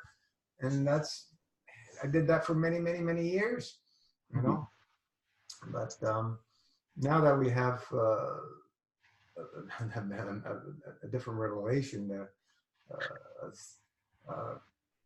you know, it's not what you eat, but what you don't eat. Which counts. That's exactly right. Yeah, what you don't eat is what makes you healthy. But that's an understanding that grows, and that's what I'm saying. That's why MFS does that. That awakening. That we don't have it. We don't need to have it. Yes, like for a cleansing and for getting rid of obstructions.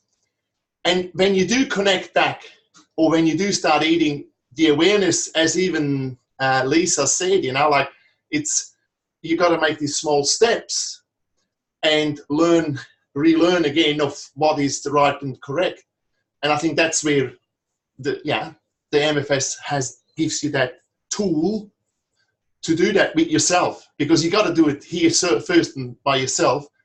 And then, as I said, next steps then is once you understand your process, and all of them that spoke today have gone through that and doing this, is then where do we really belong? Because at the end, once you get, as environment dictates the outcome, it's the environment that we can live in on local level, on a mutual level. That then becomes your, as I said, that's where you can build up, that's where you can thrive. Because in an environment that we have, or in a society that we have, the way that the society thrives is not beneficial to your wellness, to your health, and that's as simple as that. Exactly. Environments dictate outcome, inside, internal, external. They're going to have influence on who you are and what you are, and you know, what's been happening on the planet is scary. Of how we've been bombarding this planet. You know, sickness is at its worst state probably in the history of this planet for humanity. And animals too. The animals are suffering. We're taking away their environments. We're killing them. We're eating them.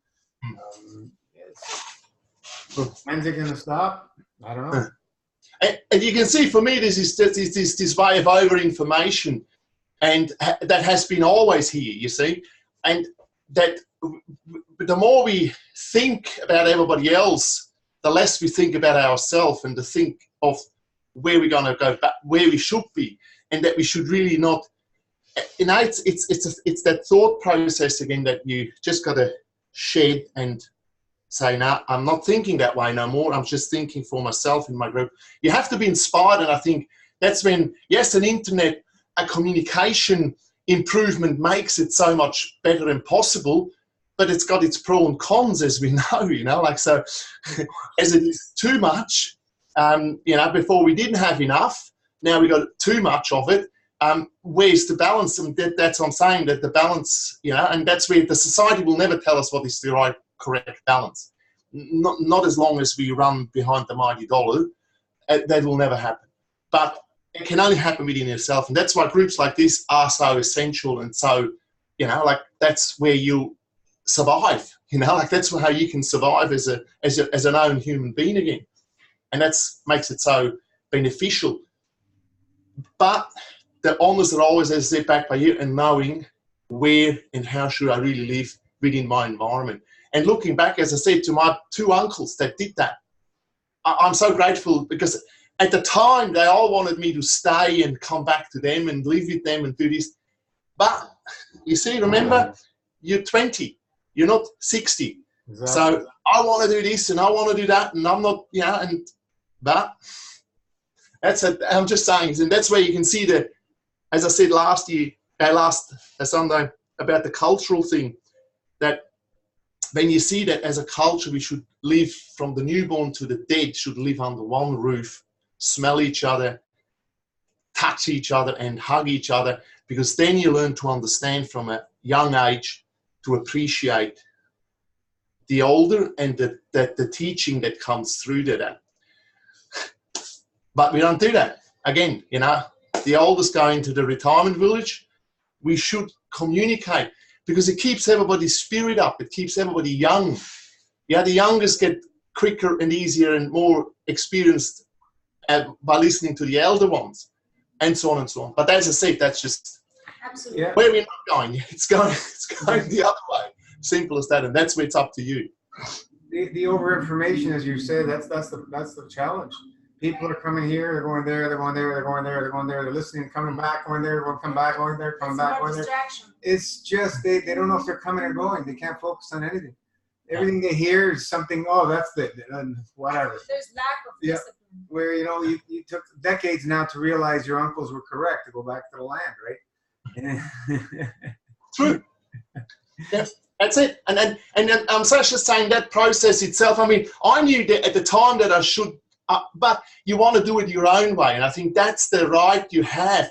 But if you actually live within a community that can give you that experience and you accept that, you see, it's what we've been taught from little. And that's where I think even, see, a school education, the way that we're doing it, doesn't fulfill that. If you could learn and in a community environment where you live as you and you learn as you go, by people demonstrating it, by showing it, by you physically doing it, and not achieving to know what Pythagoras is and all the rest of all, that all is unnecessary in its way. But it's important that you can live and learn through people showing it to you. And in a family environment or in a small community environment, that is always happening. And then you learn to appreciate it and be part of it. That's humanity. That's mankind, you know, and not going on devices and on technology that gets us further away from human beings. That's not right. And that's where I'm, you know, like saying, but that's an awareness that has to come and has to grow within each other or within yourself. And then you got to make the step towards it. And you see, that's the hardest thing, to let go of what you've got and move in another direction. The older you get, the harder it gets. Yeah. But with the experience that you can get rid of your obstruction physically, then that really also gives you the energy to then go and do it in your society. You know? I mean, that's what I'm trying to do. Simple as that. Hans Peter, just to have a bit of fun with you, a bit of a mind game fun. Go Queensland, go Queenslander. You always won't know what we're talking about. No, we don't. There's a big rivalry between New South Wales and Queensland. He knows. And he won. It's got to do with football, you know. With, Go to Blues! Go to Blues! Now you'll be flying our flag down there. Sure will, Ramji. No doubt. Yeah, sorry, I just had to. We'll see what happens. We'll see what happens. Yeah. You got two Aussies on here, true blue Aussies on here, Gino. Yeah. Oh, and wait till the cricket season's on. Not that I don't watch it, but it's a bit of fun. Yeah. Down under, way down there. That's it. Yeah. I better go anyway. So, Gina, I just wanted to say thank you, and Rana, thank you for having this. Just really love you both so much, and thank you for making my year one of the most special years of my whole entire existence so far. I mean, I've had great years in the past, but to come here and have a transformation that's on steroids, there is no other transformation that I have ever come. And I've done a lot of mindset work. You know, I've done a lot of stuff in my life, you know. My last job was general manager of oral health for government, you know, on a massive, you know, like you can imagine what that would have been like. You know, I had to, you know, you have to keep growing and growing and growing. And so to deal with other people's emotions mainly. But yeah, so this is a huge, huge, huge, huge transformation in a year. So thank you for my anniversary. I love you all so much, every one of you here. Thank you. We're gonna Goodbye. be closing off. We're way over 3 hours. So we'll call it a night. It's been a blast as usual. Get us recharged for the next week. And thank you so much, everyone. And we'll see you all. Keep that plasma love flowing, guys. It's been a long one and a great one, pal. Ciao, ciao. Thank you. Bye-bye. Thank you. Good night. Good night, all.